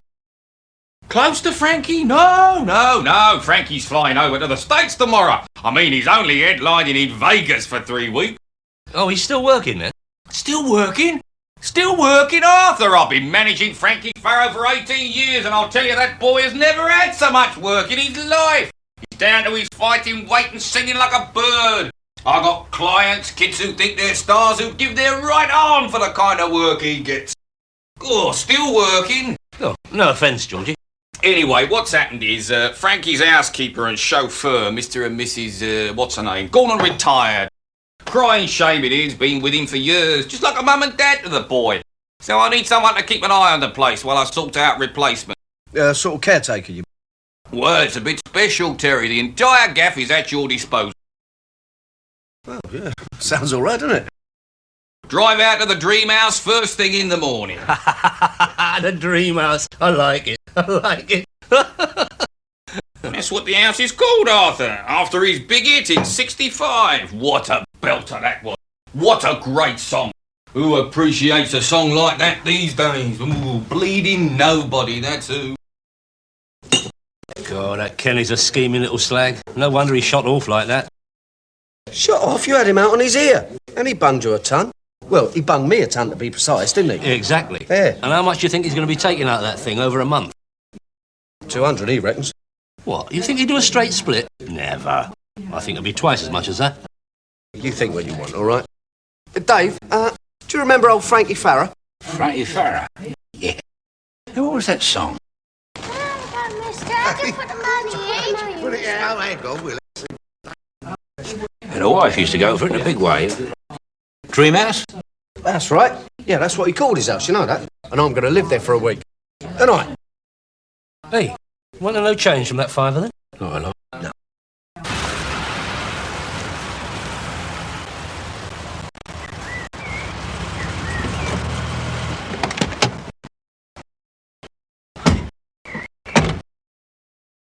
Very impressive. That's Georgian. Still nice, though, isn't it? Now, I'm a bit pushed for time, so we'd better get on and find out what goes where. Wipe your feet, Terry. All righty, the grand tour starts here. This is the hall. Dear. Her indoors, I love this little lot. Why, can she play? No. She just likes polishing things. Yeah, the lounge. Oh, yes. Oh, look, the man himself. Yeah, painted by a famous artist whose name has unaccountably slipped my mind. Don't exactly look overjoyed with life, does he? No. That is your natural melancholia of the creative artist.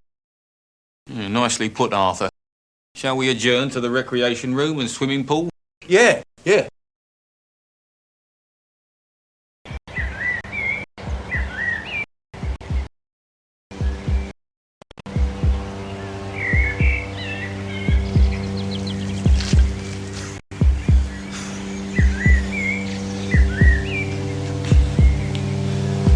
Take care, Terry. Any problems, give me a buzz, all right? Yeah, don't worry about me. Gym, sauna, snooker table, be the first holiday I've had for years. I might pop over and see you if I fancy a swim. I'm late, Arthur. And look, don't let all the technology frighten you. You know, things like light switches and running water. I'll miss you too. Well, come on. Can't park there.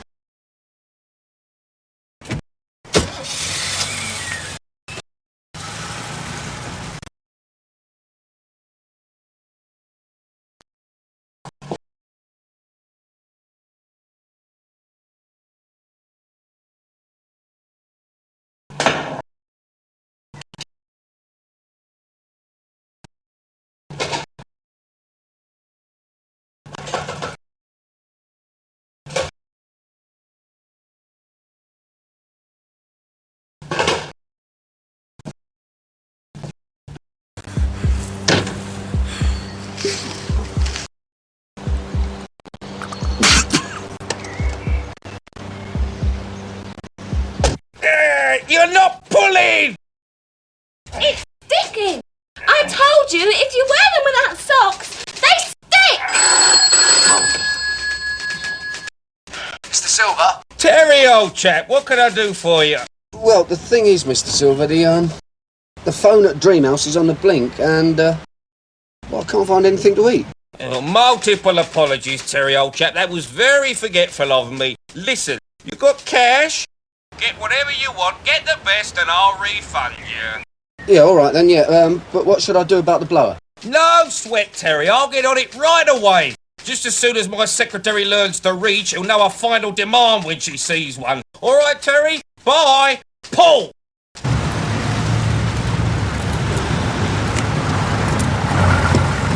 Hello, Kelly. Oh, Mr. Daly. Yeah, that your works canteen, eh? Look, Mr. Daly, I'm sorry if you thought I was taking liberties. Let's get in the car and have a chat, shall we?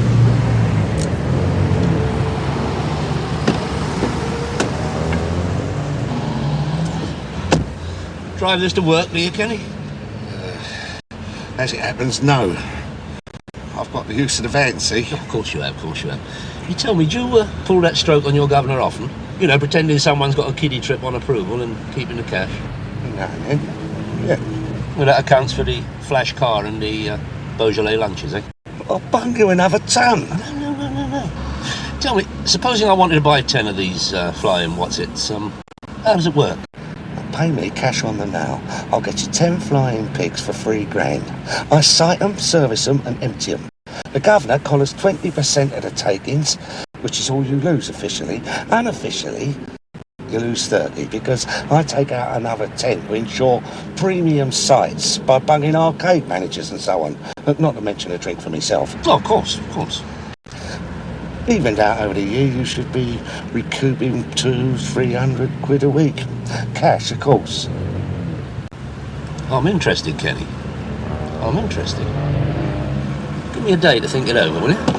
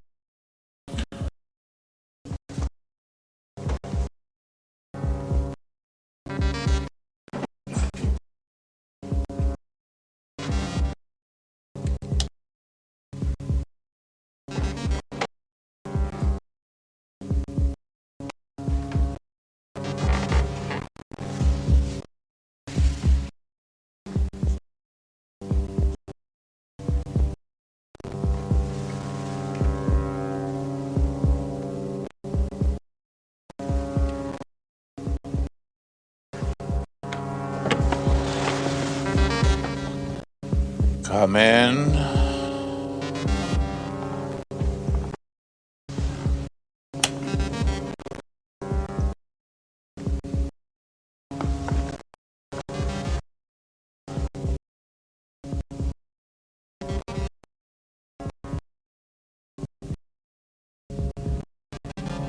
Mr. Farrow?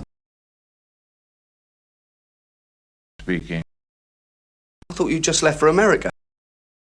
You must be thinking of the other one.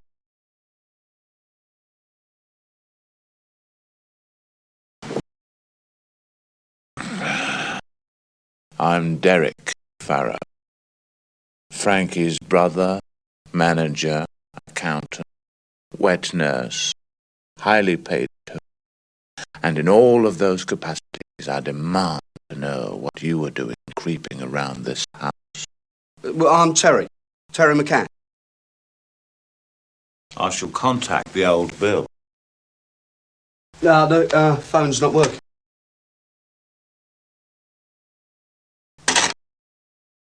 Put the mockers on the phone, eh? Very clever. No. Look, would I be lumbering around like this if I was turning the place over, eh? Me? I'm an Oxford and Harvard Business School man. I move foreign currencies around like some people move money.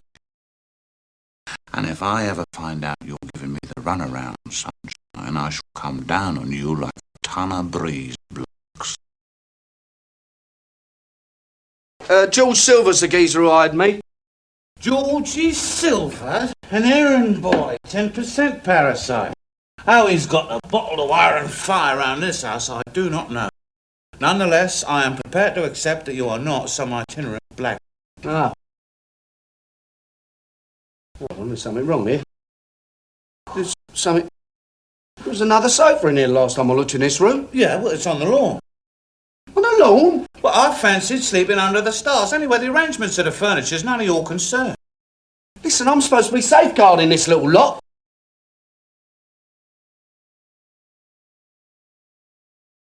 Well, it's just a brotherly in-joke, you know. It's, it won't damage, I promise. Hold on. All right, who are you and what you doing here? Listen, don't think those glass ashtrays you're wearing are going to stop me giving you a slap, so you better start talking. Beam me up, Scotty. It must have been the summer of '76. Frankie just got divorced from his fourth. Laura, I think that was. Mind you, she was in and out so quick you couldn't be sure. Anyway, Frankie and me, we were sitting pretty... I mean, sure, he wasn't at the top of the hit parade anymore, but he could still earn big money in the States. And I'd been investing all of his money for him for years. I mean, I'd made him a wealthy man. He didn't ever have to work again. And then one day, he went to this showbiz charity. Yeah, and what happened? Sorry, I was just thinking, isn't it absurd that one chance meeting could ruin so many lives? You see, there was this ballerina. I mustn't mention her name, but she's very famous. Foreigner, you know. And Frankie really fell for her. Of course, it wasn't on the cards at all, because he was too old for it. But he had delusions, the old male menopause like, you know. And he had visions of sweeping her off her feet. But you can hardly go sweeping exotic ballerinas off their feet if 3 grown men have been stuffing little bits of you into heavy-duty corset all afternoon, can you? He was really persistent. And eventually she said she'd have dinner with him. But naturally she wanted other people to be there. So I went along. And that was how it happened. Oh, what happened? Zap. It was love at first sight. Can you imagine what I felt like when I realised it was the same for her? Oh, it was madness. I mean, we couldn't keep our hands off each other. But Frankie was... his sibling rivalry went deeper than I thought. He threw me out. Left me with nothing. And since then, my life has been unbearable. I'm glad you told me that. It makes it all clear. Thank God. And now I'm going to take you straight down the neck. You what? You heard. What do you think I am, some bleeding idiot or something? All that cobblers about exotic ballerina... Listen, the nearest you've ever been to an exotic ballerina is watching Chelsea on a box. Knock the old bill, please. Ah! Oh, a bit of sensitive spot, have I? Had dealings with them before, have you? All right. Fair enough, I made it all up. But look, how many people do you know get arrested for lying? Lying? No. Breaking and entering, yes. Right. All right. But first, the phone's on the blink, the alarm system's on the blink. So how do you know I ain't set it all up so that my mates don't come in here and turn it all over when we're down the neck? Because if you had, you wouldn't tell me, would you? You'd say fair cop, gov, and be as good as gold all the way. Quite right, good point. Second. Well, come on then, second. Well, don't lose your temper, don't get angry. Now, in all honesty and straight up, I am Frankie Farrow's brother. And I am now angry. Just give me a chance, I can prove it. I'll tell you what, look, if I can't convince you, I'll let you take me down the neck, how's that? All right. But if you're messing me around, Sunshine, taking you down the neck might involve several journeys. Here we are. This better be good. I built up a little stock here. Frankie thinks it's all income tax stuff. Why should he care? Because he's a mean, tight-fisted little scumbag, and a fella could die of thirst in this house, that's why. Do you know what I think? What? I think you used to work for Farrow. Oh, God knows what as. And you got caught with your fingers in the governor's cigars, didn't you? And found yourself out on your ear, yeah? So one day, you're in your local drinker, well buried, and you steam round here and start intimidating an oil painting and a sofa. What are you doing? Well, it's nice. It's got style and taste. What's occurring? Look, Frankie's cuttings. Now, there must be one of me in here somewhere. Haven't you got any little family photographs dotted around somewhere? You're joking. He used to say that pictures of the family made him want to puke. No. See, he had all of this cosmetic surgery done years ago, and he hates to be reminded of what he used to look like before. Here. Look. What's the shadows? That's the Royal Command Performance 1966, and that is me, slightly obscured by Her Majesty the Queen's right elbow. That's you? Yeah.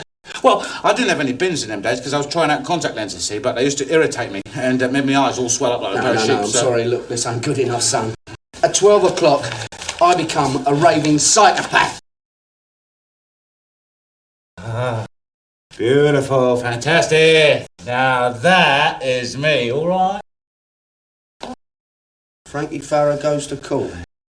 A pop idol went to court yesterday to accompany his brother.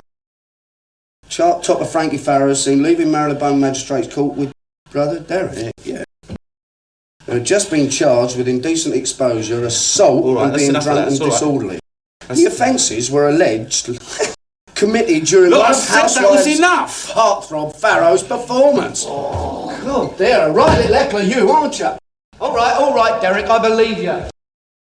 But it was him that got it in the news. It was him that said, I'll come down to court with you. He says, I'll stand up and speak on your behalf, he says. And what does he do? He phoned half of Fleet Street and got it in all the papers. Oh, look, calm down. It's just an old newspaper article. It's not that. It's him. The way everybody falls over themselves to kiss his feet for being so nice to his so troublesome kid brother. And all the time, he is rubbing my face in the dirt, the hypocritical two-faced... what's it worth? It's all over now. What's all over? Well, what do you think I'm doing here? Boozing it up in a borrowed penguin suit. I'm holding a wake, man. I'm carousing by the graveside. No, hold on, no, don't tell me, let me guess. Now, this ballerina of yours, right, she can't bear to be parted from the delights of your little body, right? So, maddened by a frustrated desire, she finds young Frankie at night, suffocates him with her tutu, yeah? And then the pair of you cobble out a shallow grave in the... You'll be laughing on the other side of your face in the morning. Arthur! Hello, love. Well, isn't Beryl going to get a nice kiss then? There we are. Who's that nice young man? Nice young man? Oh, Terry. Oh, no. I left him at home today because I thought I'd like to have a little chat with you without being disturbed, Beryl. Oh, I see. I'd like to mention something that I've had on my mind. This gets more and more interesting. Doesn't it, Marcel? Now, look, it's common knowledge, Beryl, that Alf left you nice and comfortably off. I mean, everyone knows that. But that does not prevent you from wanting to make a profit on your own account, does it? How much do you want, Arthur? Well, please, Beryl. I'm talking about investment. How much do you want? $3,000. You can have it. Today. You won't regret it, Beryl. No building society will pay the dividends that I have in mind. There is one condition, Arthur. Fire away. You let me cook you dinner tonight. I can't wait, Beryl. Then you'll just have to learn some self-control, won't you? Shall we say 7:30 for 8? 8-1. You are a wicked man, aren't you? I'm very naughty to pull my leg like that. We all know what happens to naughty boys who do that, don't we, Marcel? Oh, look, banks just opening. Could I give you a lift? You know, I always thought we make a good couple, Arthur. Very compatible. Compatible? Yeah, that too. Mr. Daly. Well. How's things? Well, I wanted to discuss the purchase of some of your automated pigs. Happy to talk about it any time, Mr. Daly. There's just one or two little details I'd like to clear up before I come to a decision. Oh, no hurry, Mr. Daly. I mean, for example, I'd like to have a look at one or two of the sites in my chart. Oh, nothing personal, you understand, just to set my mind at rest. Could you hold on a second, Mr. Daly? Sir? How am I fixed for appointments today, Gloria? Perhaps I... Mr. Daly... Right-o, sweetheart. I'll do a treat. Could I meet you round about midday, Berryman Road Playground? Fine, Kenny. I'll see you there. Bye.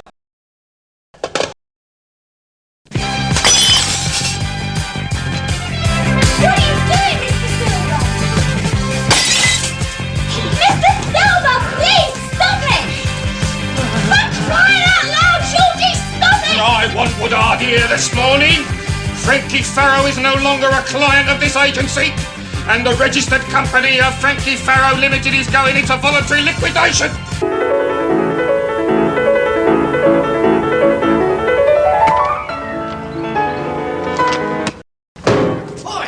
You stole my music! What'd you do that for? Well, you locked me out. I told you I was locking up, didn't I? You've been pouring that stuff down your throat all night. But what do you care? I care when you start smashing up the house. Oh, yeah, the house. It doesn't matter if I'm dead or alive, as long as the flaming house is all neat and tidy. You're as bad as my bleeding brother, you are. Get that loud Derek out the house before he does something disgusting on the X-Men stuff. I've heard it all before. I like the sound of him more and more. You smash anything else in this house, Sunbeam, I'm going to put you to sleep. Go! Bennett, what's your game? Death to music. No. I'm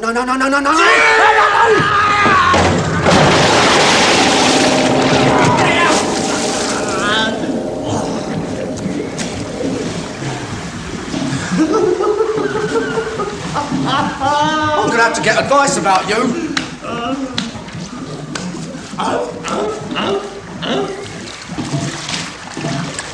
And the Lord said, "Let there be gloom upon the world," and there it is, slow, tottering.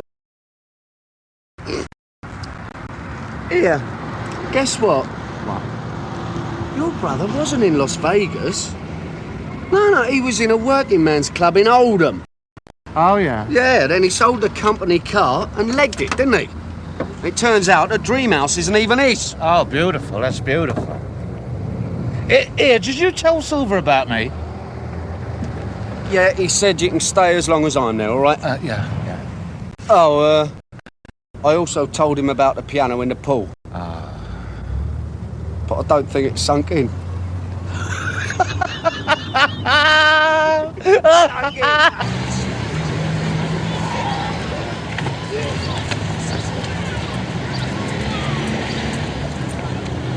Harper, this is Mr. Woods. Mr. Woods, Mr. Daly. Mr. Woods, pleasure, Mr. Daly. Kenny here's been telling me about your machines. Oh, he has? Good. Yeah. And I'm very interested. Just what we could do with round here, I can tell you. I'm surprised you haven't got something like that here already. Well, I could have all kinds of stuff.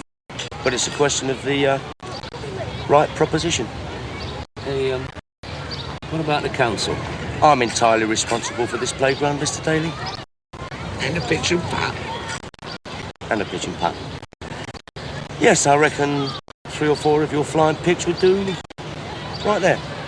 There's no problem with power. Right, I'll be happy to let you have 3, Mr. Woods. Kenny here will make the arrangements. Come, smash it. 3 big ones. Right-o, Mr. Daly. At my office. Tough. And you'll let us know about those other sites, will you, Kenny? Oh, only too pleased to have you take an interest, Mr. Daly. Oh. Good omen, my son. Yeah.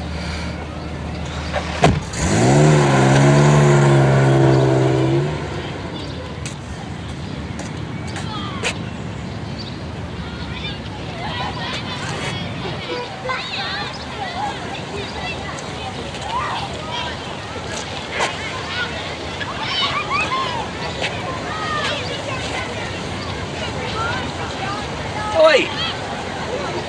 That's my hat!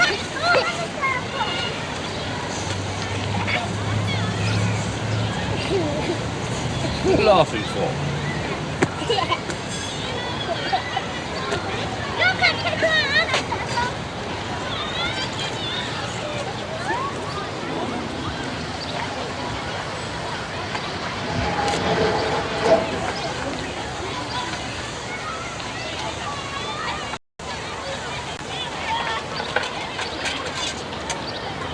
Kids.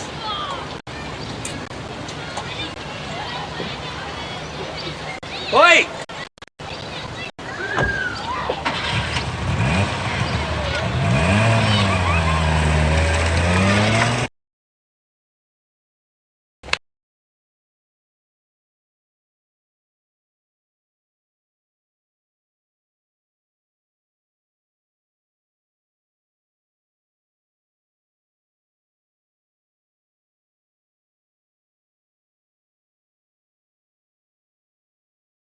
Can I help you, gents? Who are you, lad? I'm the caretaker. Who are you? We're from out of town. Nah. Hey, what's this piano doing in the pool? Learning to swim. Come on, state your business. You're Mr. Farrer. Shouldn't come up north and spend money they don't have. Mr. Farrer's emigrated. We know. That's how we've come to have a look at fixtures and fitting. Ah. No. No, I'm sorry, gents, no. Gentlemen, let me assist you to a safer place, please. Really, Terry, you shouldn't let them stand so close to the water. There could have been a terrible accident. Now, gentlemen, a couple of yards further, please. What's your game, Cock? I'm sorry, I do apologise. It's just that I thought, you know, with the dark glasses and the way you was creeping around, that you were, you know, blind.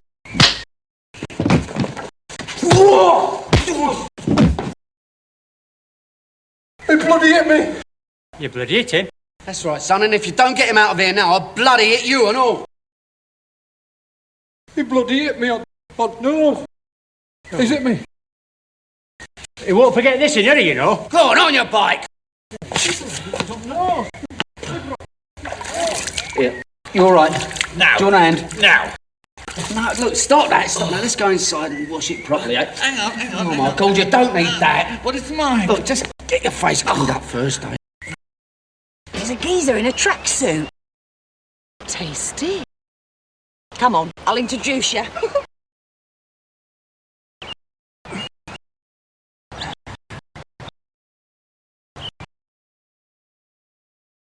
We come to see Frankie Farrow. We're his most dedicated fans. We want autographs, a tour of the house and all the perks. You're joking. So I bought a copy of Dream House 14 years ago. Yeah, she left it in the sun and it wrinkled. Ah. Oh, that's a shame, isn't it? Listen, the only thing is Frankie's gone to Spain. I'll tell you what, you could meet his brother Derek. Better than a poke in the eye of a burnt stick, eh? Yeah. Who might you be? Oh, I'm Terry. I'm Barbara, and this is Janet. She's heavily into blondes. That last bar. Well, hold on, I've got to let them in. They've come to cut us off. Just like bloody home.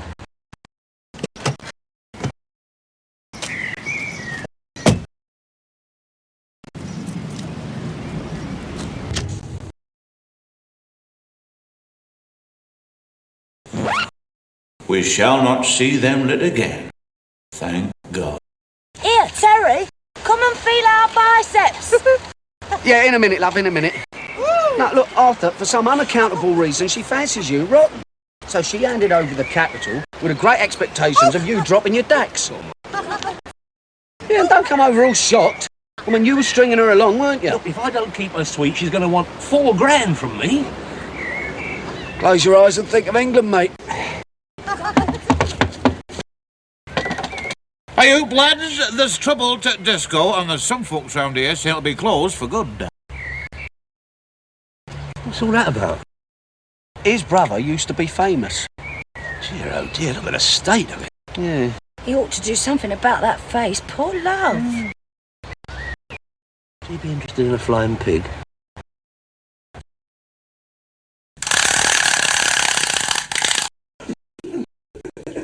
So where'd you two spring from then? We've run away.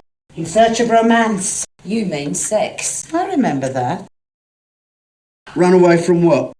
I've run away from Neville. She's running away from Dave. 'Tis Dave, isn't it? I think so. I've hardly seen him since he bought that greyhound a couple of years back. Just the odd whiff of dog food as he passes me on the way out. It's funny how you suddenly notice things that have been going on for years. I suddenly noticed I've been married to a man who wears socks with his sandals. I mean, grey socks and all. So we've left the kids with my mum in order to enjoy our unofficial holiday to the full. Well, you might as well enjoy it to the full here, eh? I am. There we are. You'll do. You will stay to dinner. Terence went and done the shop.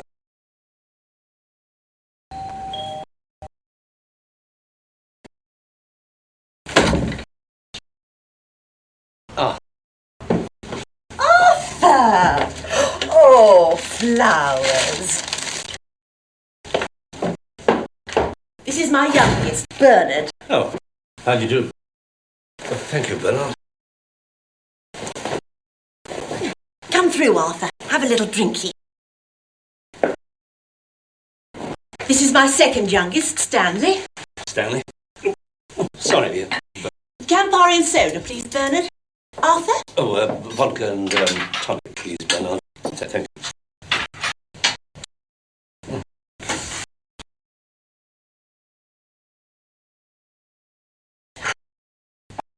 You all right, Arthur? Yes, fine. I'm a bit tired, you know. Not business problems, I hope. No. No, nothing like that. Cheers. Cheers. Don't sulk about the boys being here, Arthur. I'll get rid of them as soon as we've got everything we need. There you go. I prefer baked beans cold myself. With brown sauce. Brown sauce, there you Frankie used to avoid baked beans like the plague. See, he used to get so nervous when he performed live that he used to break wind uncontrollably. And the band had to play twice as loud to cover it up, so he used to sing twice as loud to cover, get it down. Off you go, boys.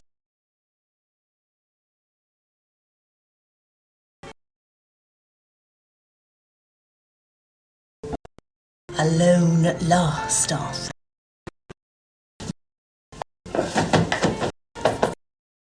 Your second on the left, yes?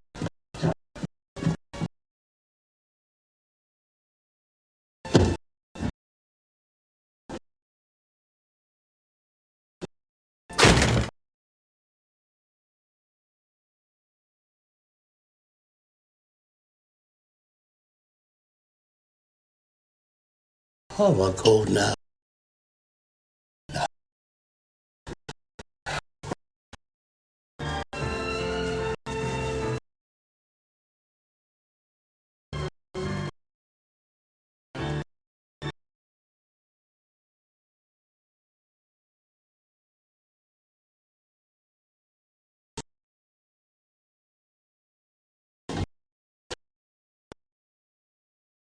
Arthur? Arthur? I do believe you're hiding from me, you naughty boy. Arthur?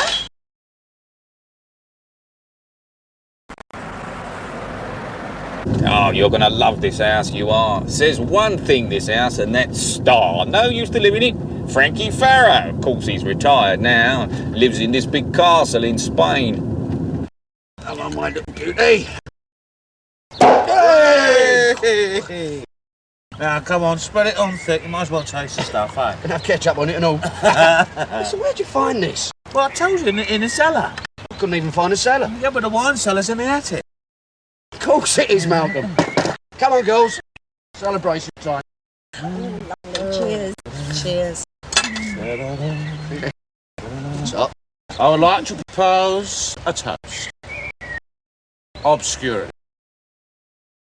Obscurity.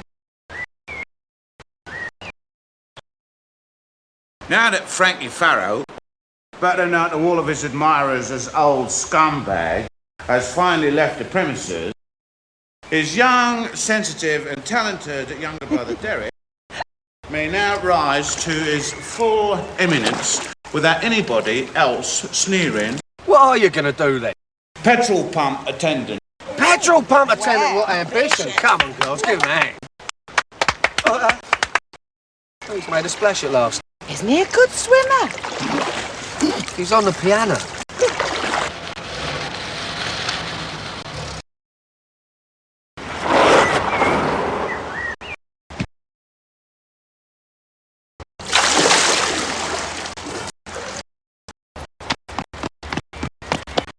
Beryls, boys, I had to do a runner last night. What'd you bring him here for? Well, you're supposed to be my bloody minder, aren't you? Oh, Mum wants a word. No, don't touch.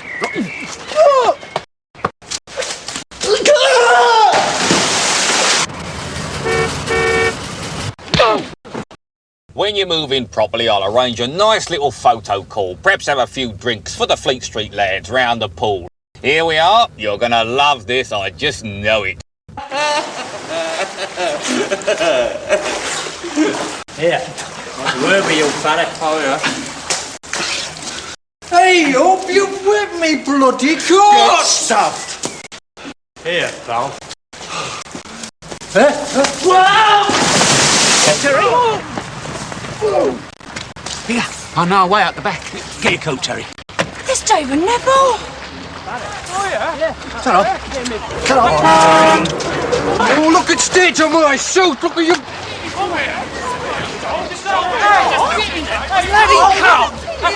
Well, that's really great, man.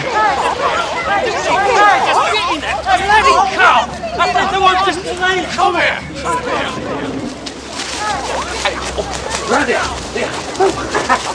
Here, guys, you want to go first? No, go on. All right. Might be someone on the other side.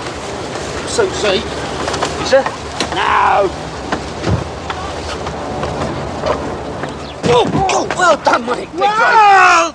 Come on, straight up the ladder. Over here, we catch up. Terry! Oh, you all right? Well, come on, Terry. We can't leave it. Come on, son. Right.